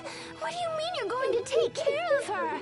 Well, you see, the thing is, Syria, I found a little girl half dead by the side of the road, and I'm not just gonna leave her. And that's basically what happened. She found her fucking no memory on the side of the road. So, you know, his dad's like, we'll give her the authorities. And he's like, well, you know, you're always telling me that I have to be a leader, gonna be lord of the town. It's like, I'm not just gonna find somebody half dead and fucking hand him off. I just mean I'll be responsible for her until we find out who she is. What if we never find out? And he's genuinely trying to do the right thing. Well, then, I'll be with her for the rest of my life. Giggity! The rest of your... Of course, she's taking it the entire wrong way and thinking it's romantic when he's just trying to look after her, like, you know, as like a friend. There's nothing, like, weird there. Oh, you can't do that! Are you kidding me? You just can't! Too late. I've already decided. Let it go, Sharia. He'll never change his mind now. Unbelievable! Bless you. Bless you. My cat was sneezing. Hey, you're with us now, okay? Don't worry. Everything's gonna be fine. Okay. But if you're gonna be our friend, we need to give you a name. How about... Tiger Festival! You idiot! What kind of a girl would want a stupid name like that? Unbelievable! My brother's not very good with names. Fine then. What do you want to call her? Well, I don't know. We found her in a meadow, right? So maybe we should name her after a flower. Sharia, what was the name of that flower I gave you? It's called a Sofaria. Sofaria. Aha! I got it. We're gonna name her Sophie. Sophie. Oh, it's kind of pretty. I agree. It's a good name. All right. From now on, your name is Sophie. Is that okay? Sophie?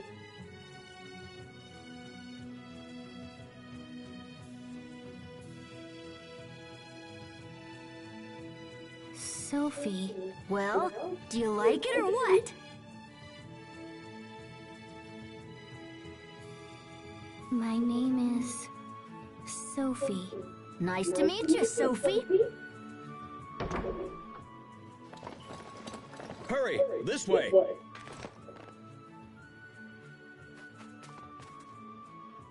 Sophie, come on.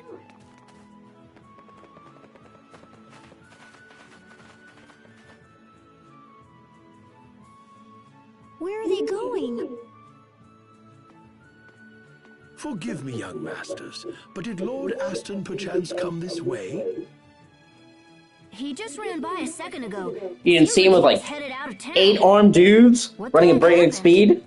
The turtle's transport containing our young guest is long overdue. Lord Aston fears they may have met with tragedy on the road.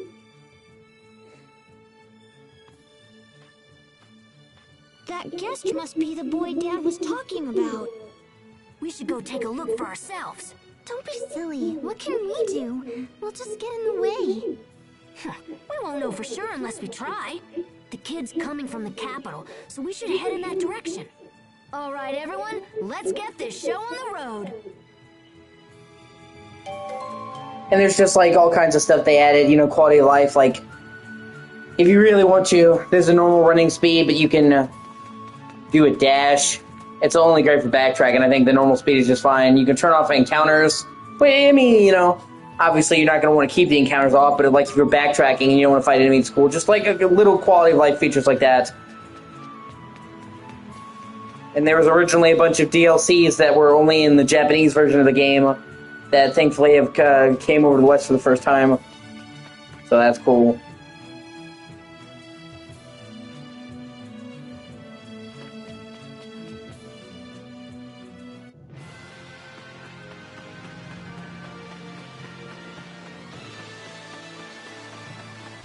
Hostiles. Yeah, play!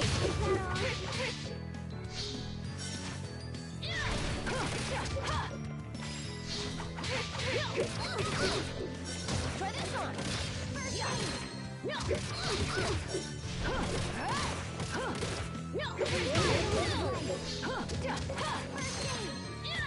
And this is just the start of the combat before it starts to get really good. But it's like, imagine if each different direction that you could push the stick is like a different fighting style. So you basically have 4 different fighting styles for each main button, for each character. And they, you know, like, with Asbel, you know, he has martial arts, and then he gets a katana that he pulls out later. So, you know, pressing left will give him an entirely different series of attacks than pressing right.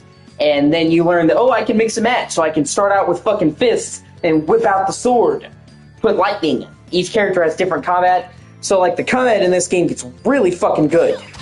This is just the beginning before you kind of really unlock it. It's kind of slow to get going, they don't want to overwhelm you, but the combat in this game, once it gets going, is fucking awesome.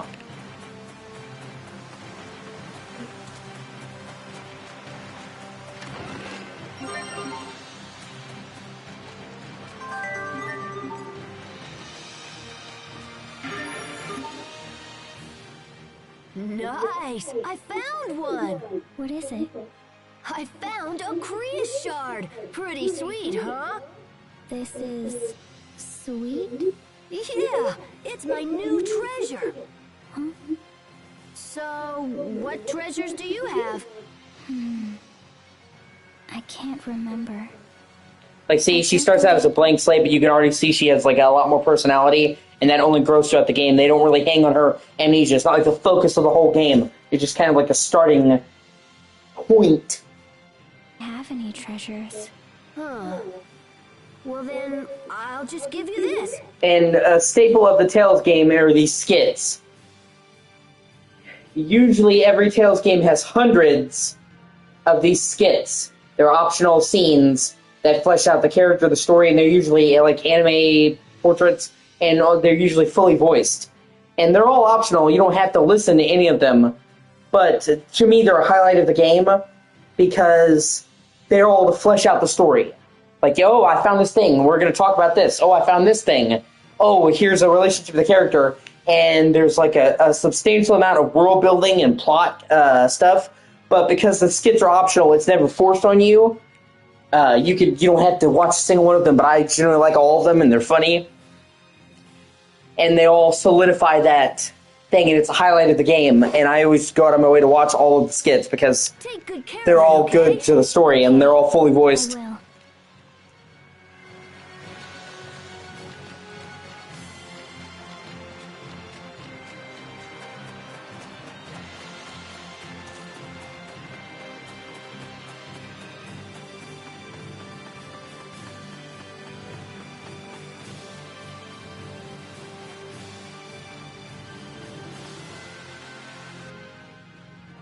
What are you doing here? It's dangerous. Stay back.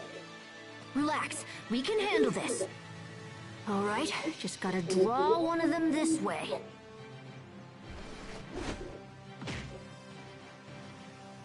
Ah! It's coming for us! Yeah, that's what happens when you hit something with a rock. Hubert! Sharia, take care of the transport. Right. This way, everyone. Hurry! Bring it on! If we fight hard, we can take them. Eagle dive! Yeah, take them. Yeah, Hellringer. Yeah, take that. Yeah, take that.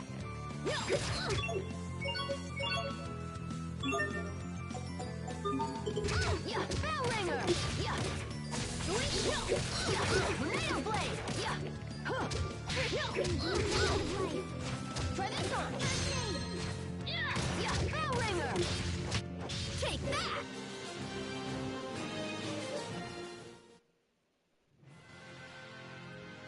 Whew, I think they gave up. That's the last of them. You fool! What? What did I do now? How many times must I tell you to stay put? It's like, bitch, she just You saved the could have been day. hurt, or worse. Stop. Sophie. And see, Sophie actually is ridiculously powerful. She is the key to something. She's basically like a weapon. And she winds up becoming his bodyguard, basically. Sophie? So she remembers something after all? Actually, Asbel named her Sophie. I see. I suppose you intend to play her guardian now. That's not what I... Lord Aston, Is anyone hurt? we are well, thank you. Please accept my most humble apologies. I shall accept whatever punishment you deem fit for providing such inadequate protection. In light of your son's bravery, I think this incident can be forgiven. Oh, look at that. He saved the I am unworthy fucking of such day. kindness, noble sir. Are you all right? I'm fine. And his dad still didn't think he was good. So his dad is always telling him, well, you know, you're going to be the lord of the town, the manor. You're going to carry on my name. You got to rise to the occasion. So then he's rising to the occasion. He just saved the day. He's fucking 11. And then he's like, oh, what are you doing? So it's like he can't please his dad. Now he's putting on his groveling act. Our visitor, Master Richard, will be staying in the manor's guest chambers. I shall say this but once. Do not approach him for any reason. I will not accept any more troublemaking from you. Am I clear? Yeah.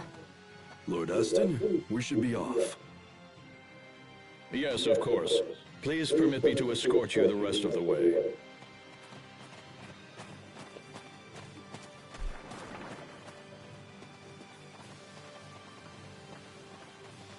And honestly, Are you okay?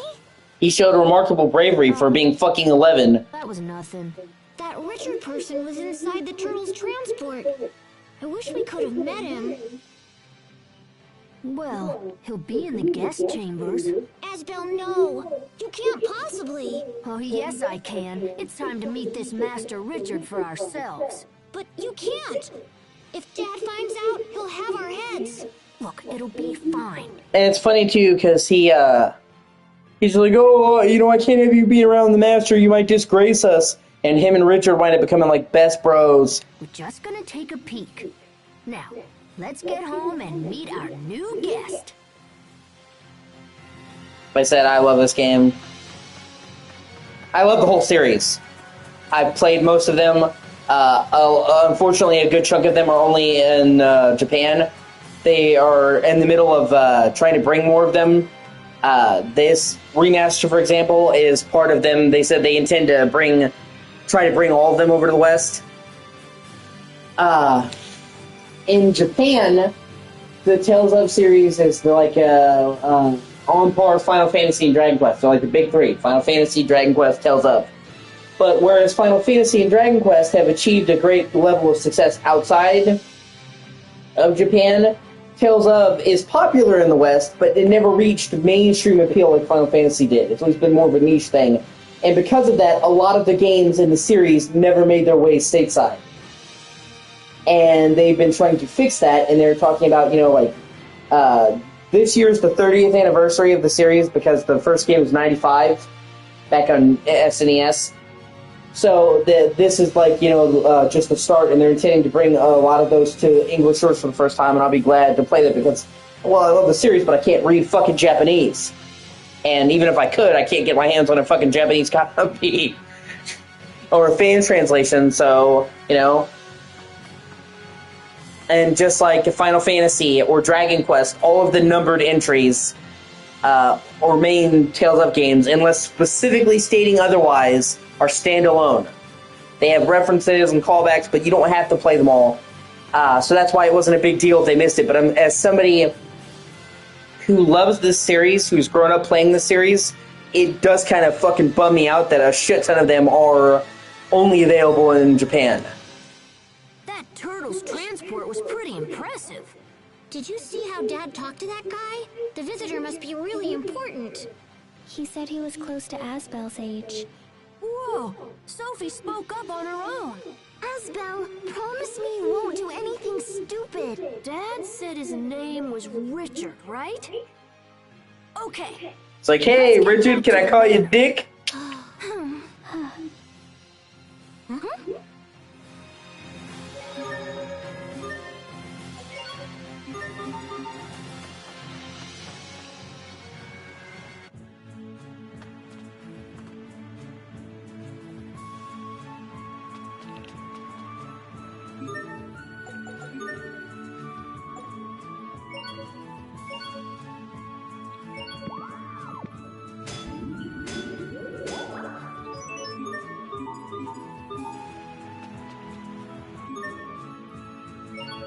They didn't ask where the fuck that happened, though.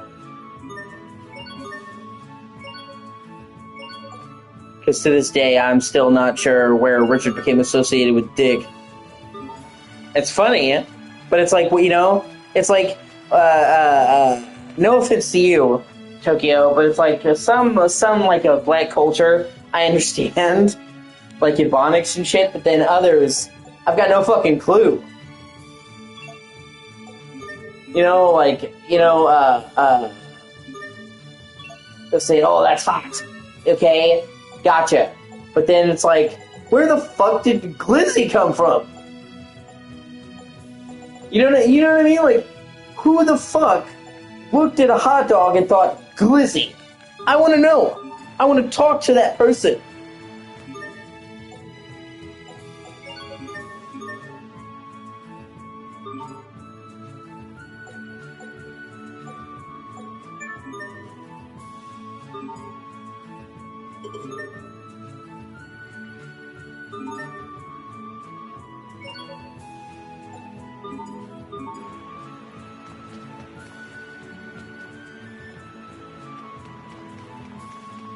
Well, I mean, your picture is black. I assume that that you're black. I didn't think you would have a black profile picture and not be black.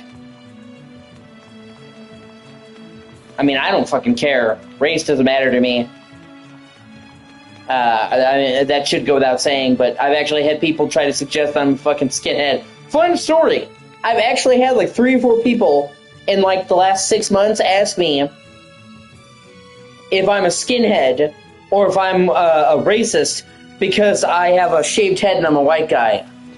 Never mind the fact that 1, that's a crazy fucking assumption to make, and number 2, that actually is kind of racist to assume that I'm down with the Klan because I'm a white guy with a shaved head is kind of fucked up, honestly.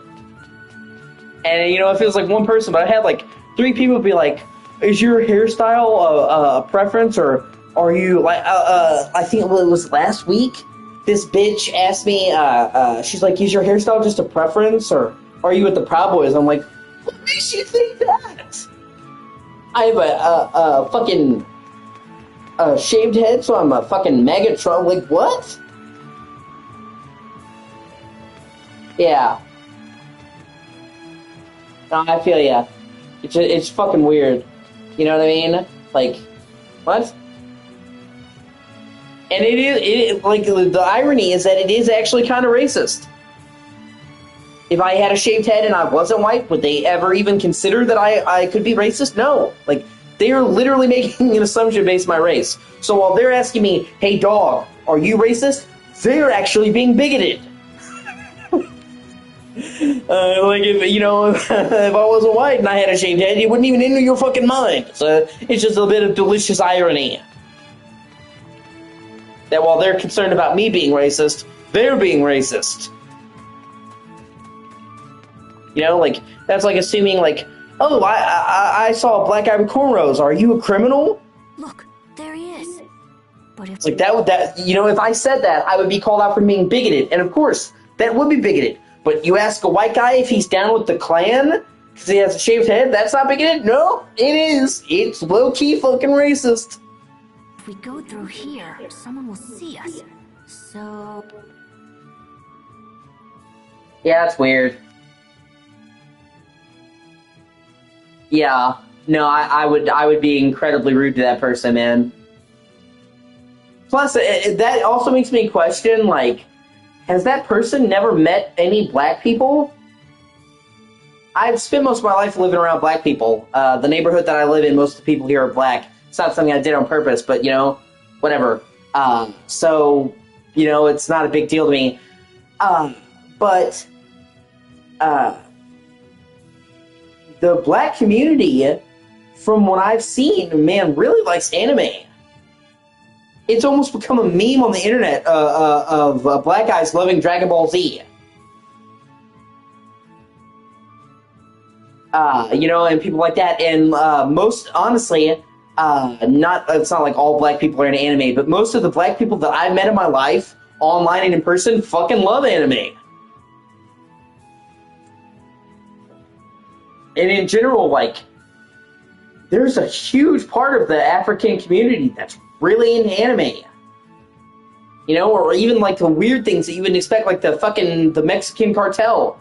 I didn't know that. Yeah, exactly. Anime, Naruto, DBZ. I've seen like so many fans of those are black, so I don't understand why somebody would ask you like, oh my god, you're black. Like, Yu-Gi-Oh! Was like one of the most popular animes. So, you know, a lot of black people like anime. One of the most popular black people, it's not black. A lot of black people like anime. Yu-Gi-Oh! Was one of the most popular animes, so a black person liking Yu-Gi-Oh! Is not exactly so out of the blue, but, you know, whatever. Yeah, it is weird for somebody to make an assumption like that. I would definitely tell somebody who said something like that to me to fuck off. It's just fucking rude. And what your race has nothing to do with it, you know what I mean? So, I definitely, yeah. Exactly, and that's low-key kind of racist, right? Somebody sees you, like, well, you're a black person, and you're not acting how I think you should act. It's kind of racist, and then somebody sees me, they see my shaved head, oh, he must be a Nazi. I'm like, what? It's like, you don't know the first thing about me.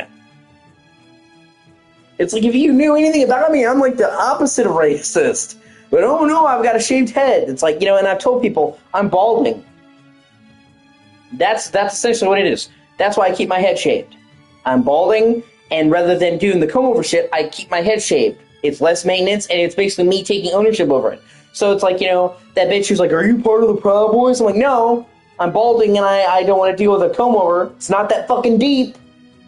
It's not a political statement. I just don't like, you know, thinning hair, so keep it fucking shaved. You know what I'm saying? So I'm not...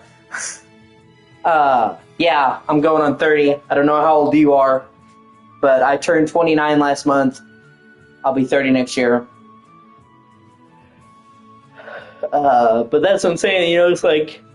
I'm not making a statement. It's not that deep, like, you're overthinking it.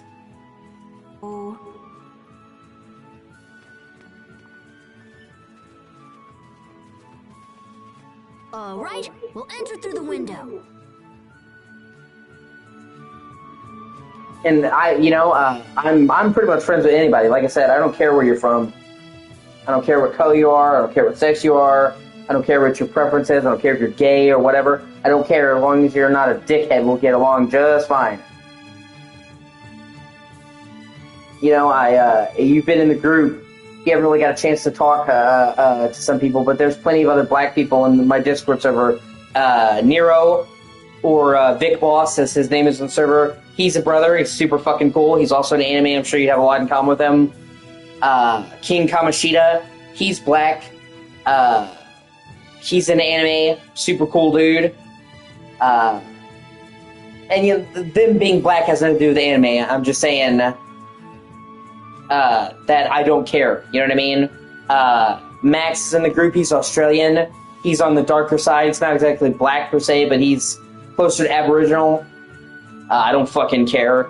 I've had Asian people in the group. I don't care. I do not care about race. That's what I'm saying. So it's like, anybody who gets to know me, actually gets to know me and fucking talks to me would see that I'm like the furthest fucking thing from racist. So I just, and if it was like one person, like, I don't care. It's like 3 people in the last 6 months. It's like, why does this keep happening?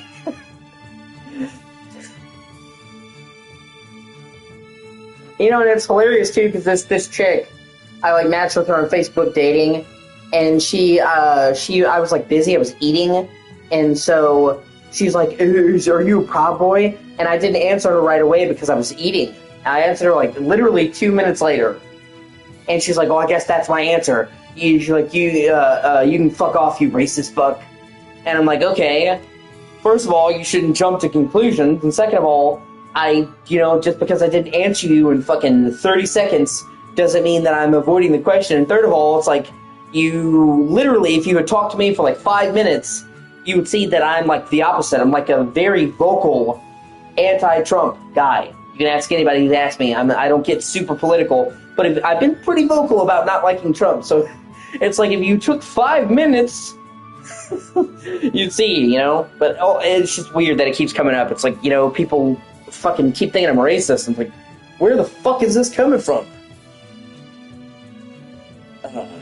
Oh well. Ultimately, she did me a favor, though. Somebody's gonna take one look at somebody, they're not gonna know anything about them, and they're just gonna jump to the conclusions. It's like that's not somebody I want. I always try to give people the benefit of the doubt. I don't just jump to a conclusion and assume, oh, you want to be racist, oh, you're this, oh, you're that. If somebody shows me that they're racist, then I'm like, oh, okay, fuck you. But I don't just see somebody and just jump to a wild fucking conclusion. You know what I mean? Like, this bitch talked to me for like 30 seconds and thought I was a member of the Klan. Like, what? Just ridiculous. But yeah, like I said, I've had people come in and try to be racist in my streams, and I'll give them the boot. Like, I've had people like her assume, like, are you racist? I just want to make sure you're not. And then I've had other people assume that I am racist, and they're like, oh, are you part of the group? And I'm like, no, I'm not. Fuck you. So, people are just crazy. Like I said, I don't envy you. Somebody came in my chat and they said that shit to me. I'm like, the fuck does me being black have to do with liking Yu-Gi-Oh? I like Yu-Gi-Oh. I like the first parts of Yu-Gi-Oh. After they left Pharaoh, I thought that the show never really recovered because, like, Yu-Gi was always kind of lame, and, like, Pharaoh was, like, the cool part, and when Pharaoh, like, left, it's like Yu-Gi didn't step up by comparison, and that kind of bothered me. And then you got the fucking tune cards, which are, like, so overbalanced that they, like, ban them, and just, like, hey, let's throw out the rules. And then they did, what was it, GX, with, like, them on fucking motorcycles. It's like, why would we be on motorcycles playing a fucking trading card game, dog? And then Yu-Gi-Oh! It's not like, he's not even in that. So I like I'm gonna say, like, the first 2 seasons. I used to watch it on the WB growing up. So I like Yu-Gi-Oh! It certainly has nothing to do with being white, and you know. So yeah, that's fucking rude. But it shows you that person has no manners. Because if I had said something like that when I was a fucking teenager, my mom would have smacked me.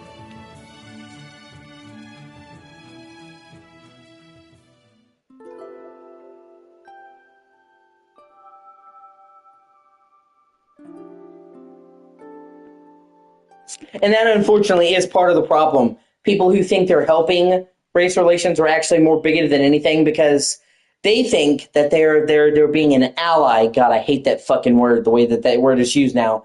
And they think that they're helping you, and like, well, I'm being sensitive of you being black, and they're actually making it worse. It's like, if you really were an ally, you wouldn't care. You know, it wouldn't fucking matter. Do you think when I talk to you that I think, oh, he's my black friend?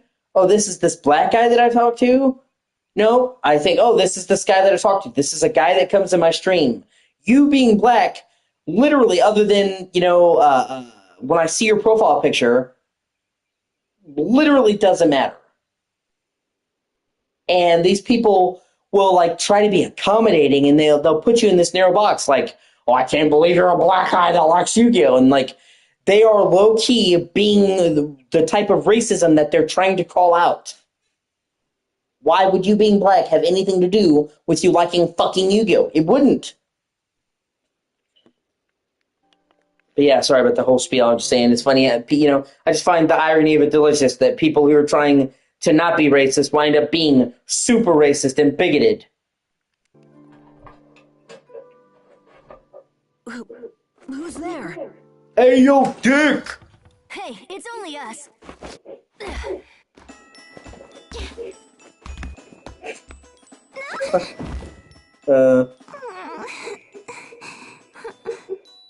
Are you okay?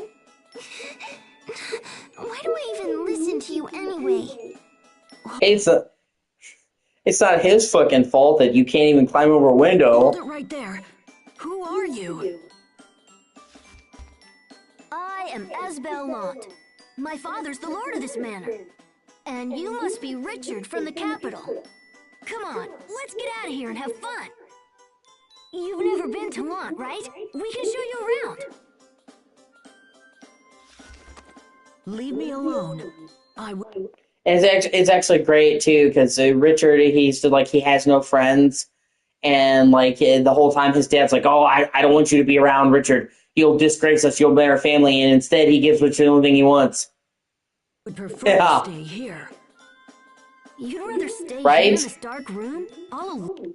Like I could just like lift one leg over, and I'm not exactly tall. I'm like 5'7", 5'8", somewhere around there. So. Like, I'm not exactly super tall myself, and I could just fucking clear that, so, like, they shouldn't have no problem. Alone? Are you crazy? Don't you want to have fun? I told you to leave me alone. And don't pretend to be my friend, either. And what's hilarious is Richard thinks that he was told to be his friend. And the funny thing is his dad was told the opposite. Dad told him to stay the fuck away from him. He was legitimately trying to be his friend. What did you say? You're only pretending to like me. So you can use me later. It's always the same. People are only nice to me when they want something for themselves, or when they... Master Richard. Bryce. It is time for your daily sword training. Please, ready your equipment. Not today. I'm not feeling well. Enemies will attack whether you feel well or not. Avoiding training will only end up weakening your skills. Are you Lord Aston's son? These matters are no business of yours. Leave at once. You shouldn't make him practice if he... And I understand he's supposed to be like the Lord, but it's like you're in this guy's home. Telling him to butt out of business when you're in his home is kind of fucking rude. He isn't feeling well. Don't be a fool. My lessons are of the utmost importance. And not to be skipped for any reason. Then I'll take the lesson in his place. You? All right, very well then. Though I fear you will end up regretting those words before long. If you truly wish to face me, I will be waiting for you in the garden out front. See you there. That's great. I can pick some tulips for your grave.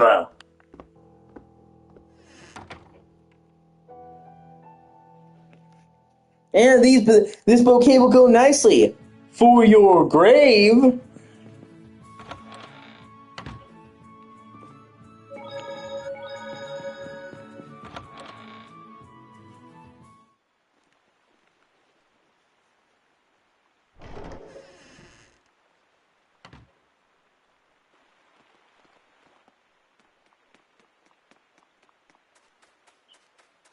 I see you've come. Shall we begin? Where's your sword? I have no need to arm myself against a mere child. I can't fight an unarmed man. It would be shameful for a knight to do so. It seems our little swordsman is afraid of losing. In that case, I must insist that Richard take this lesson after all. Very well. Prepare yourself. Asbel!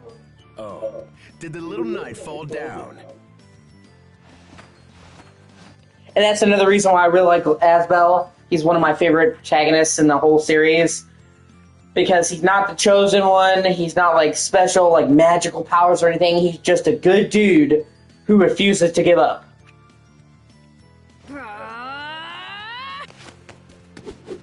Too slow.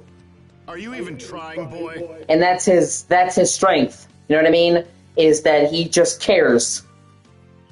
And his kindness winds up winning over a lot of people that thought lesser of him. But he's not a fool. You know what I'm saying? So... Damn it! What? So, the little knight has some skill after all. But this ends now. Stop this at once! Phew. Real knights are strong. Amazing. He actually held his ground against Bryce. Thank you for the lesson. Also, please forgive my earlier insolence. I hope you will let me spar with you again. Asbel actually sounds grown up. That fight must have scrambled his brains. Hey, knock it off. True knights are polite and honorable. If a fellow knight agrees to train you, they deserve your thanks. Even I know that. So you want to become a knight? Yes, sir. He does too. After the game skips ahead, he becomes a knight. That's what I mean when I said when he becomes an adult, he's a lot more reserved. Like, he still has moments where he's uppity, but he's calmed down considerably. And they show how he's progressed since he's a kid. I mean, in all fairness, he's fucking 11 here. We're all uppity when we're fucking 11.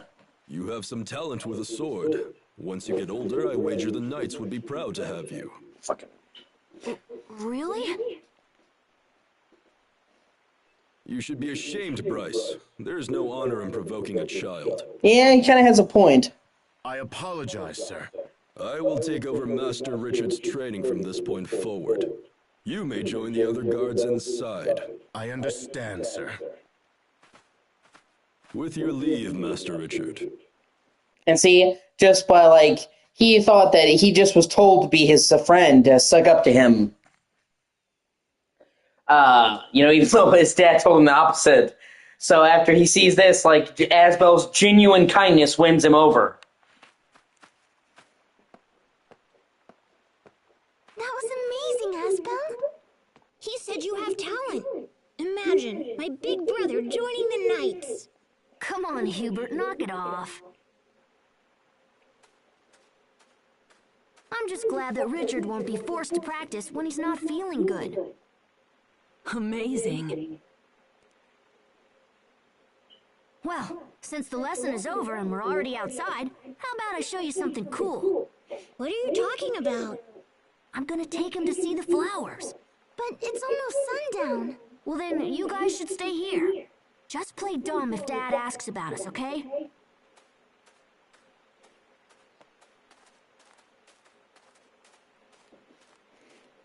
He'll never learn. Sophie, you go with them and make sure they don't get into any trouble, okay?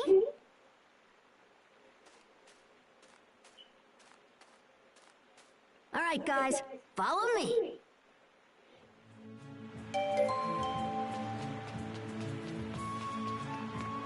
See, and I love the, like I said, the story, the party composition. I know, like, some people don't like this as much because it takes a little bit to get going, but I like RPGs because they take the time to build out the world and story. And like I said, it's only like 2 hours for a first playthrough to play the kid part, but from a story perspective, it makes a big fucking difference. And even though it's a short part of the game, because this is a pretty long game, they're constantly referencing, oh, back when we were kids. So it's important and it needs to be there.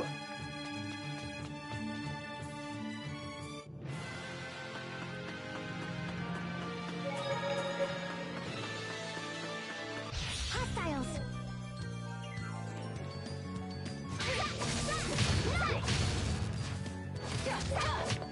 You're amazing, Sophie. Where'd you learn that? Where? I wonder.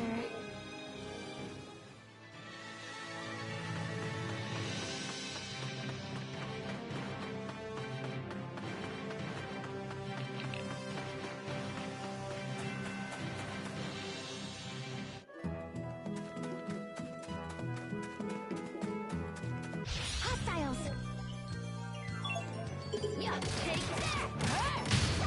See, start out with one. Am I tough or what?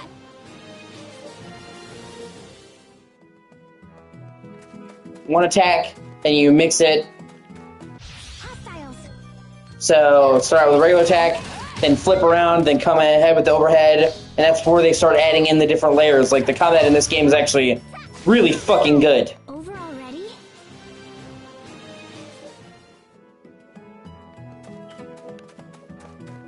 Yeah, I've already got everything here. Hostiles.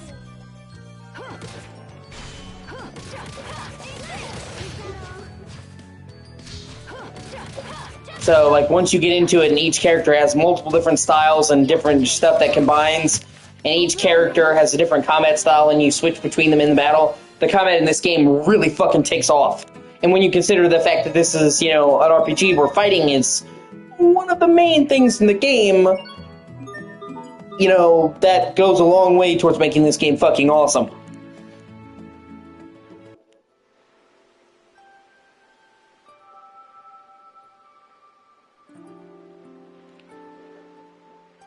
Oh, it's beautiful. 1 second. I will be right back. I have to take my medicine. Every night I take anti-anxiety medication.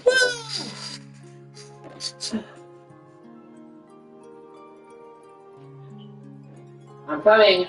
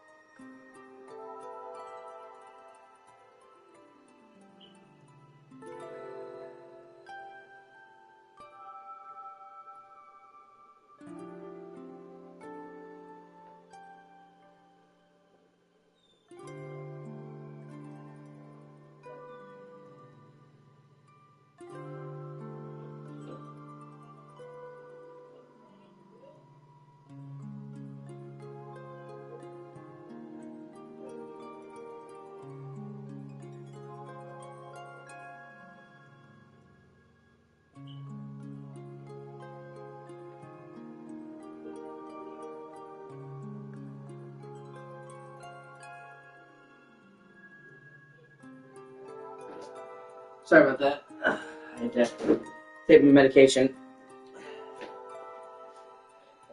Then I had to talk to my mom and dad. Did you see the Sony State of Play today? Looks really good. Had some really good announcements. They showed the first look at the new James Bond game. Looks really good.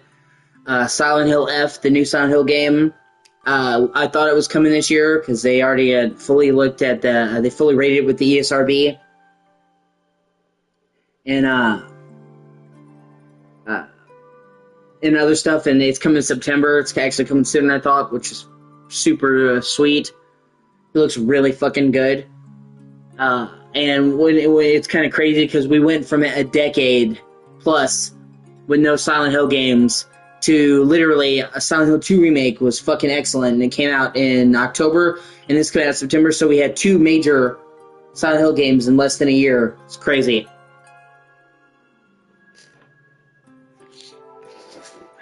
I'm glad I could show you this, Richard. Would be a shame to come all the way from the capital and miss it. You wanted nothing more than to show me this? Yep, pretty impressive, huh?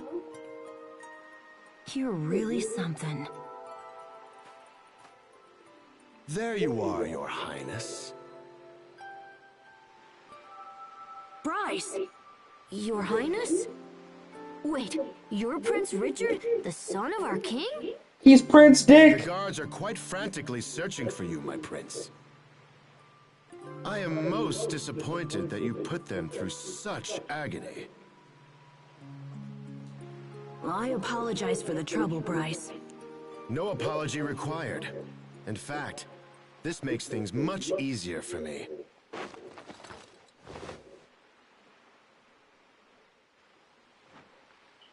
I thought today's lesson was over.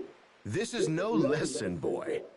This is a duel to the death. Treachery! To poor Richard's death, in fact. What? There are no guards to help you here, my prince. Your life is mine. No! Richard, get back! Hostiles.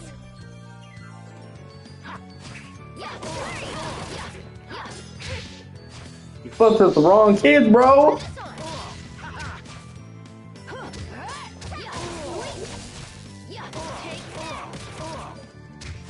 No escape! You're right! Light of life. I'll cut you! I'll cut you!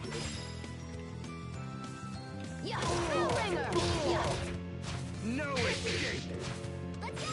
No escape! Oh shit, hold on a second.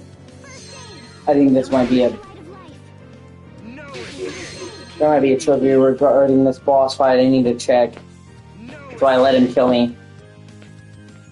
Oh, come on, I go. I was gonna space for you. I'm up here. I'll cut you! No escape! No escape! No escape! I'll cut you! I'll cut you! No escape! He's gonna let him kill me. Make sure. You're mine! You're mine! No escape! You're mine! You're mine! I'll cut you! You're mine! I'll cut you! I'll cut you! Yeah, okay. There's a No escape! trophy for beating him in 60 seconds. I'll cut you!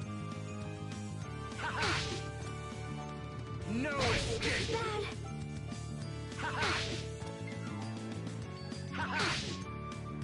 You're mine! Oh, you know, for an assassin, he's doing a really shitty job. No escape! No escape! No escape! No escape! Fine. You're all talk! Still move.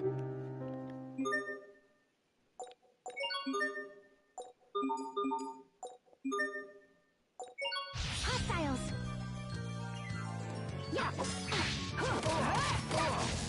You're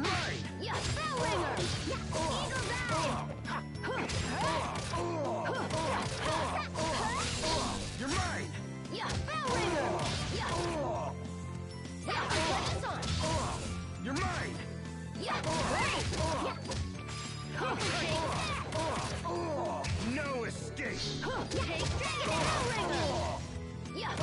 You'll pay. I'll make you pay. Victory is ours!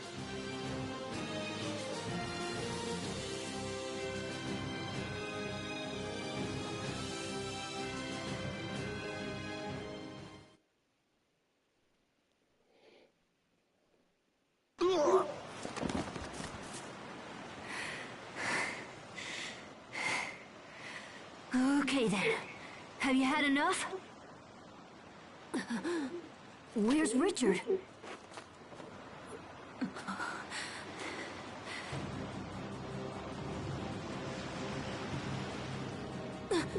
Richard, be careful!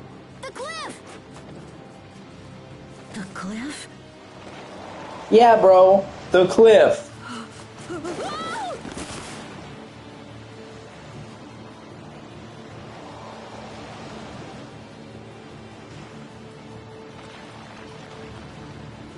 Come on, Richard. Give me your other hand.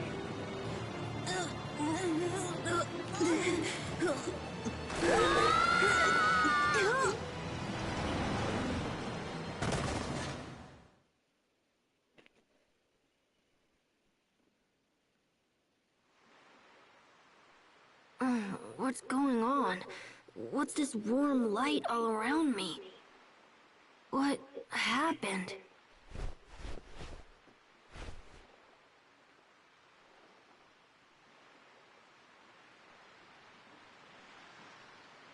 Huh?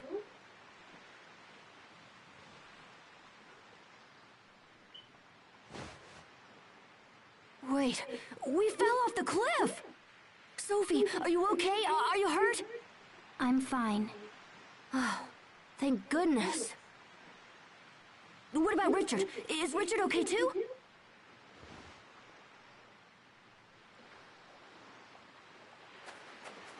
Richard!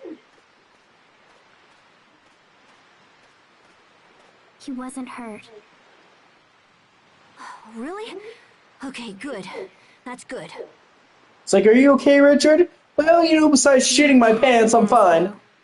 Why are you happy? I'm happy because you and Richard are alive. Because we're alive. Oh. Where? We fell off the cliff. I think the sun went down while we were knocked out. Are you okay, Richard? Nothing broken or anything?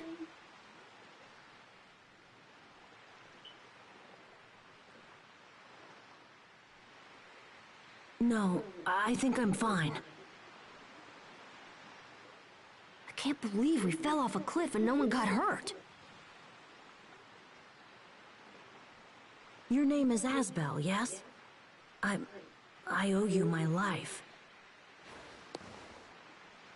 Please, take this.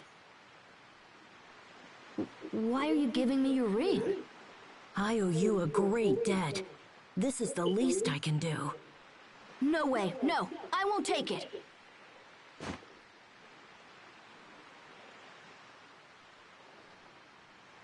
But I didn't save you for money or power or because you're some dumb prince. I did it for... Oh, never mind.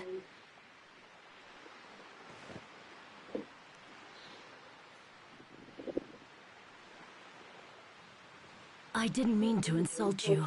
Forgive me.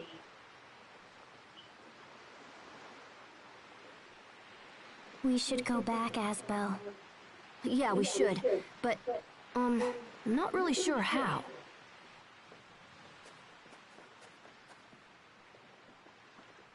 I guess we just have to climb.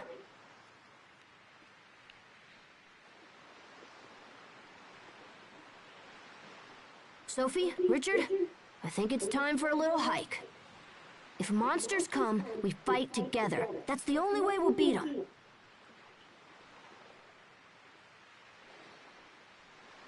Yes, of course. You gotta pull your weight, dick. Let's go.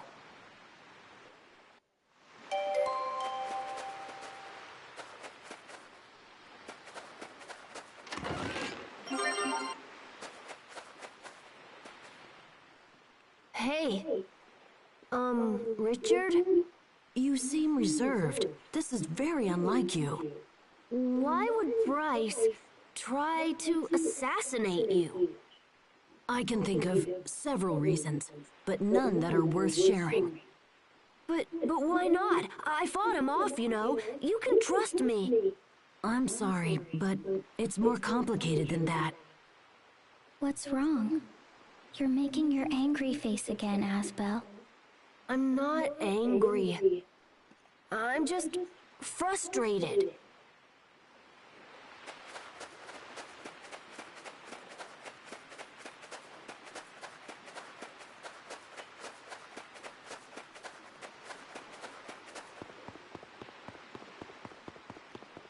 I fight for justice! Right there! Try this on! Bellringer! Is that all? You sure are strong. Strong? How so?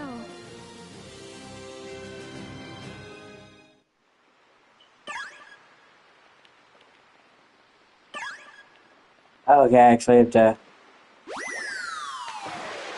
be careful with the cliff. I forgot about that.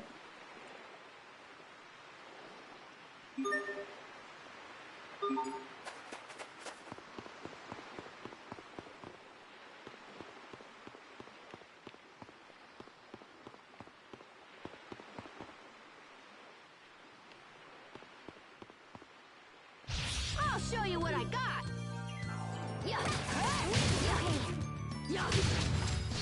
Bellringer! Try this on! That's what I expected.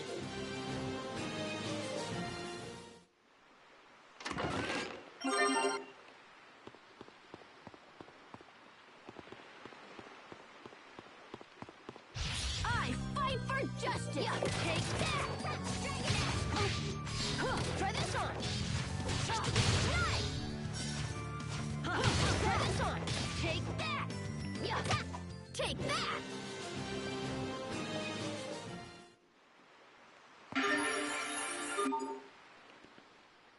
What made this nest? Probably a bird of some sort.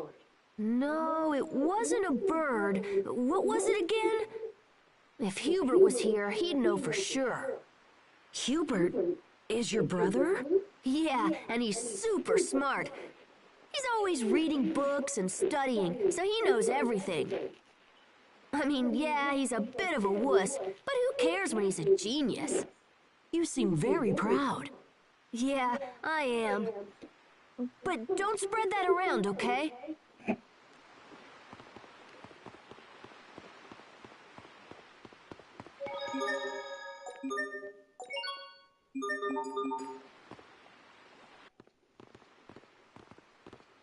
Sophie, I know it's dark and kind of scary, but you don't need to worry, okay?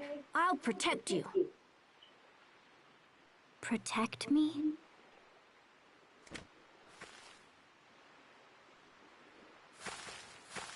What's that noise? Something's there. Hey, what's the big idea scaring us like that? All right, buddy, time to play. If we fight hard, we can take them.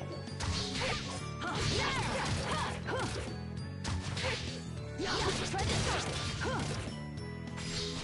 Tornado blade. Sonic toss. Try this on. Storm ray. Try this on. Flurry. Take that. Right there.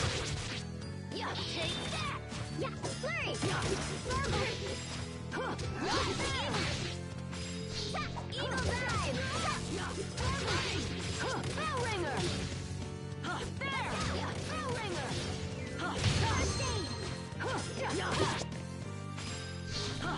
Tornado blade. There. Sonic thrust. That was impressive, Asbel. It was nothing. Leave that sort of thing to me.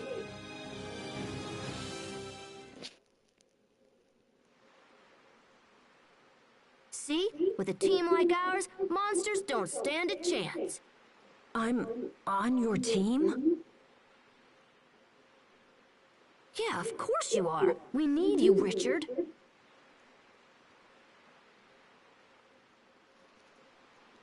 You're not mad at me? But I insulted you. Richard, it's fine. Seriously, I'd already forgotten about it. Bug. Thank you. Come on, we need to hurry if we're gonna reach the top.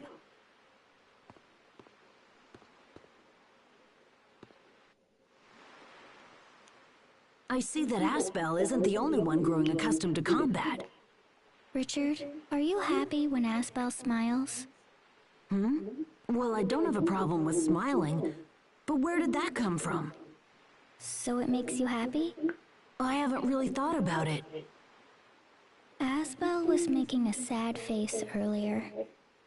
And you would rather see him happy? I don't know. It's difficult for me to say for sure, but I think so.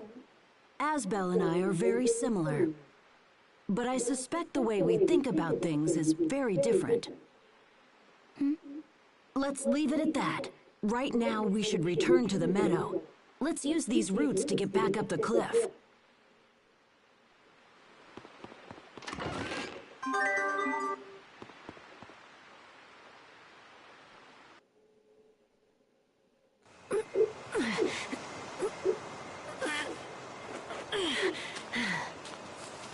Sophie, give me your hand. Here, I'll pull you up.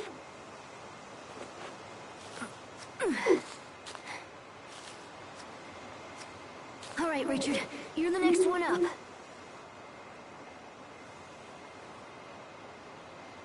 What are you waiting for? Here, come on, take my hand. Right.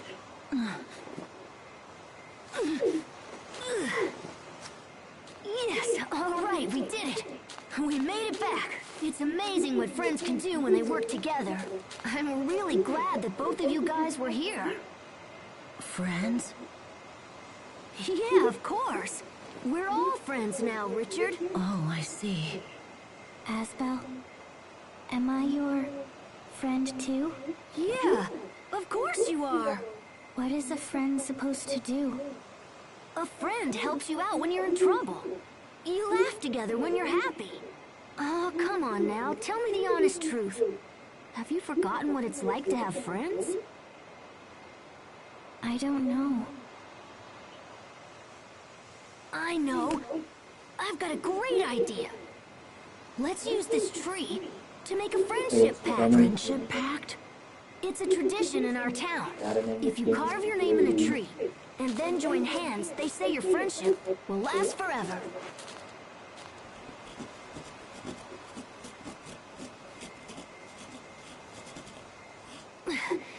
There. Your turn, Sophie. But I don't know how to write it. Oh, yeah. Well, then we'll do it together. Come on over here.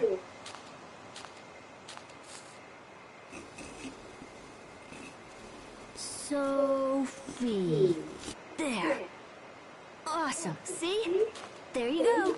And I actually find a lot of the stuff with the children to be kind of heartwarming and endearing. Okay. Now everyone put your hand in. From now on, no matter what happens, the three of us will always be friends. Oh yeah, friendship! Always be friends.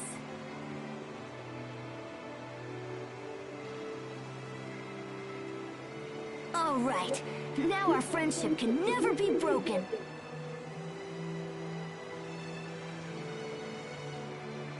Hey, look! The sun's coming up.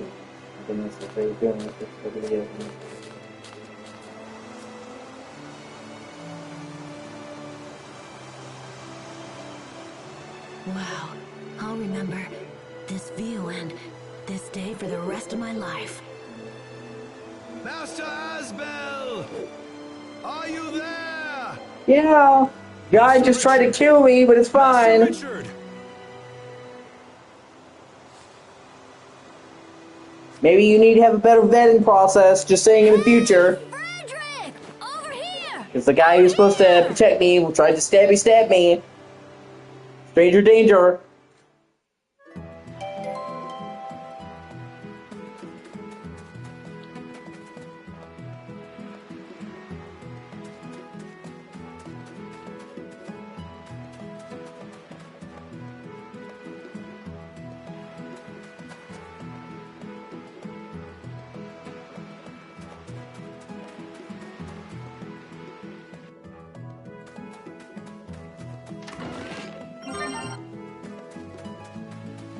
Get ready!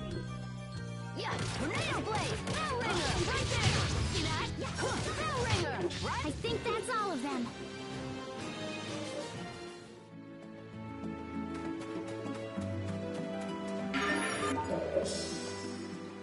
Look. Say, is it scary having amnesia? I don't know. I haven't experienced anything like fear. Wow, you're really something. My heart was racing just from having to face that Bryce guy. Was it scary? No way! Well, a little. I guess I didn't know how hard it would be to fight someone. Then why did you choose to fight? Well, Richard just looked so miserable, you know? I thought I might be able to help him out. Hostiles! Yeah! Yeah! Is that all? Right there! Nice! Try this on! All right! We did it!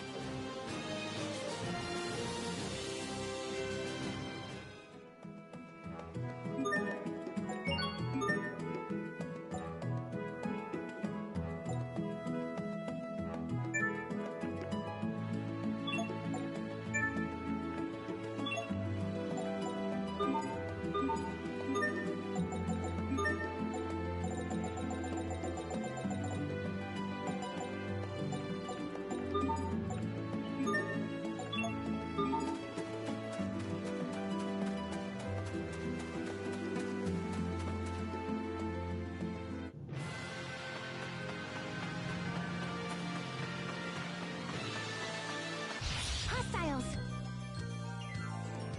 Try this on! See that? All right! We did it!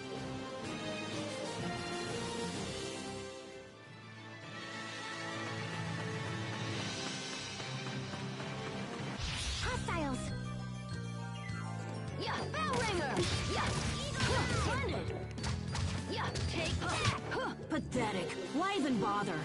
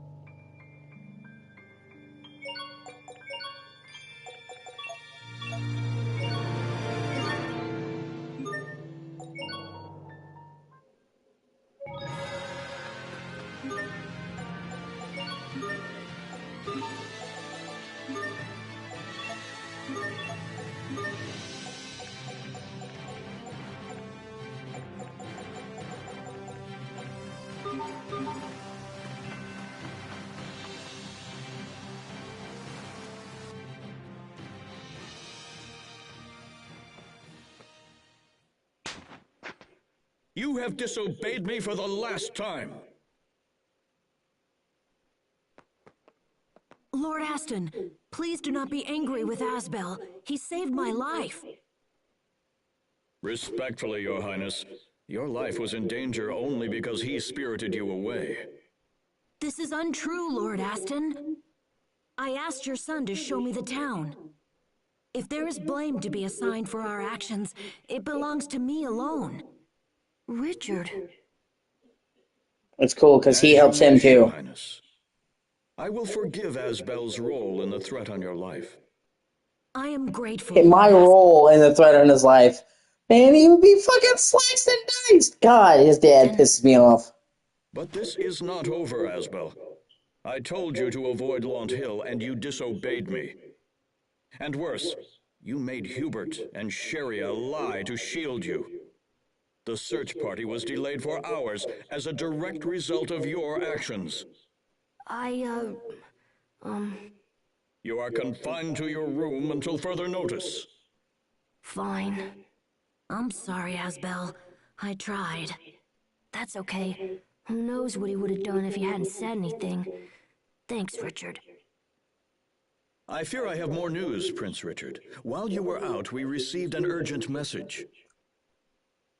Your father, the king, has taken ill. You have been ordered back to the capital without delay. My father is sick? I'm afraid so. You should prepare to depart at once. As we cannot allow Bryce to remain unguarded, I will escort you back myself.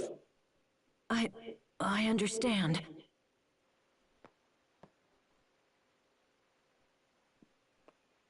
Yeah, the capital's really cool. Verona. That's when the game starts to get really good. I really like the way it looks. Yes, Dad? You will join us as well. You're taking me to the capital? Why does he get to go? Because you are confined to your room. Or are you so thick-skulled that you've already forgotten? Hubert gets all the fun. I'm sorry, Asbel. Don't worry, little brother. Have a good time, okay? Oh, okay. I'll buy you a bunch of souvenirs. He gets a vacation and I get punished. Just great.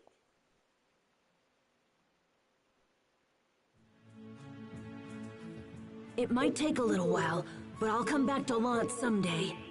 If you're ever in the capital, you should come see me. I'll show you around the castle. Oh, I'm definitely there. Wait. It's not a reward. I'm just lending it to you. When you visit the castle, show this to the guards. They'll let me know you've arrived. Gotcha. In that case, I'll hang on to it.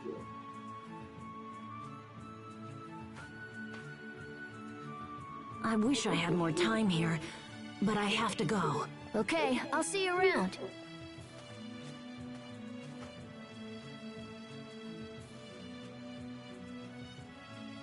No tears, my wife. This is in Hubert's best interest. I know, it's just... Hey, Hubert, take this with you. What is it? It's a good luck charm. It'll keep you from being scared, even when I'm not around. And his dad pisses me off because he's like, well, I'm going to separate the two so they don't fight over Launt. It's in Hubert's best interest. And why even have another fucking kid then? Fuck! Hey, I don't get scared. That's enough, Hubert. We must be off. Okay. Farewell, Lord Aston. Young Master Hubert. Goodbye, my son.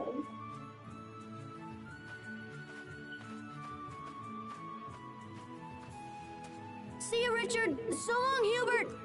Buy me something really cool, okay? Forgive me, Master Asbel, but... Yeah, I know. Back to my room.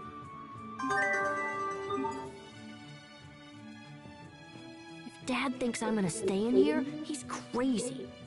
No door can hold me back. I'll just tweak this wire here.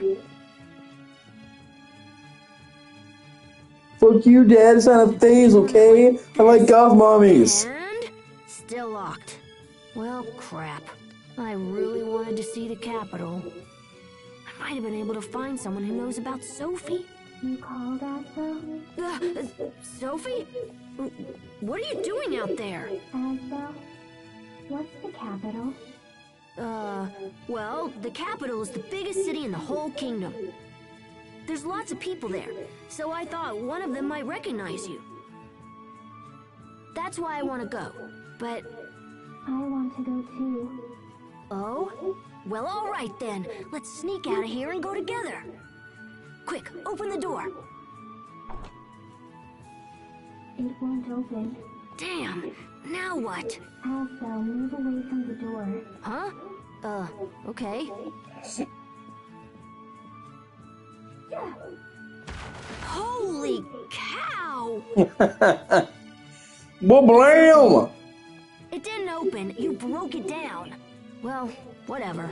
But we better go. The whole manor probably heard that. Okay.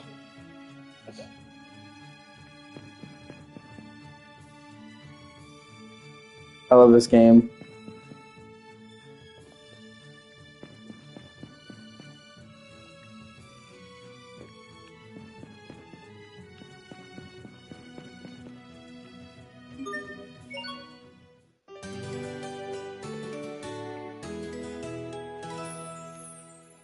Thank you for watching. I really appreciate you. You should like, comment, and subscribe.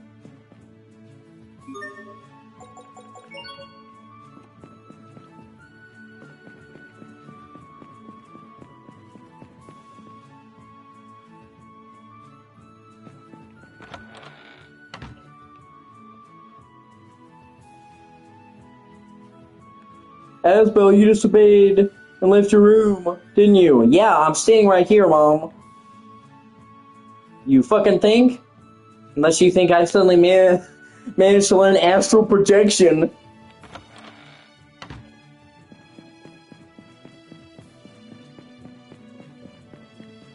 I go where I'm needed.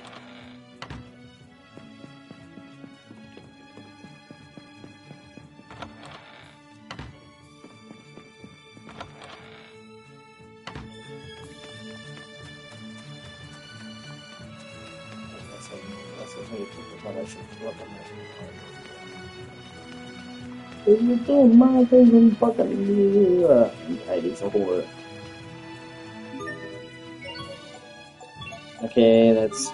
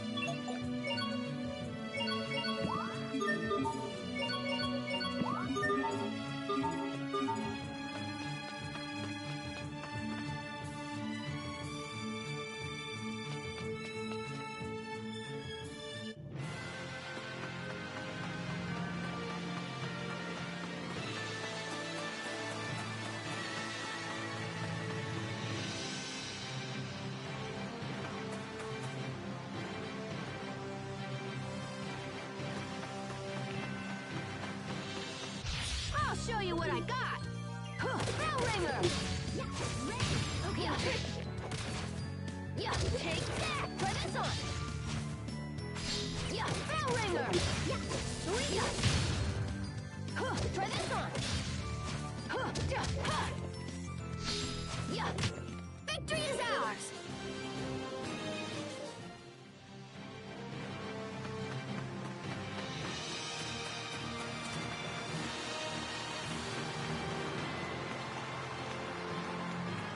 Here we go!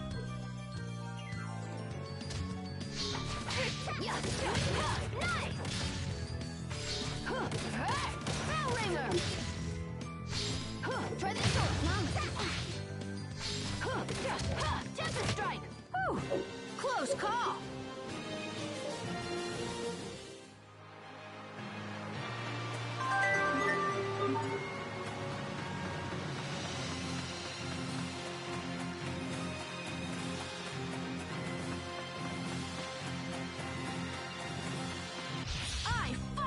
Justice! Bell ringer! Take that! Hit! Yeah! Tornado blade! Whoa! Try this on! Try this on! Take that! Yeah! Take that! Yeah! Yeah! Over already?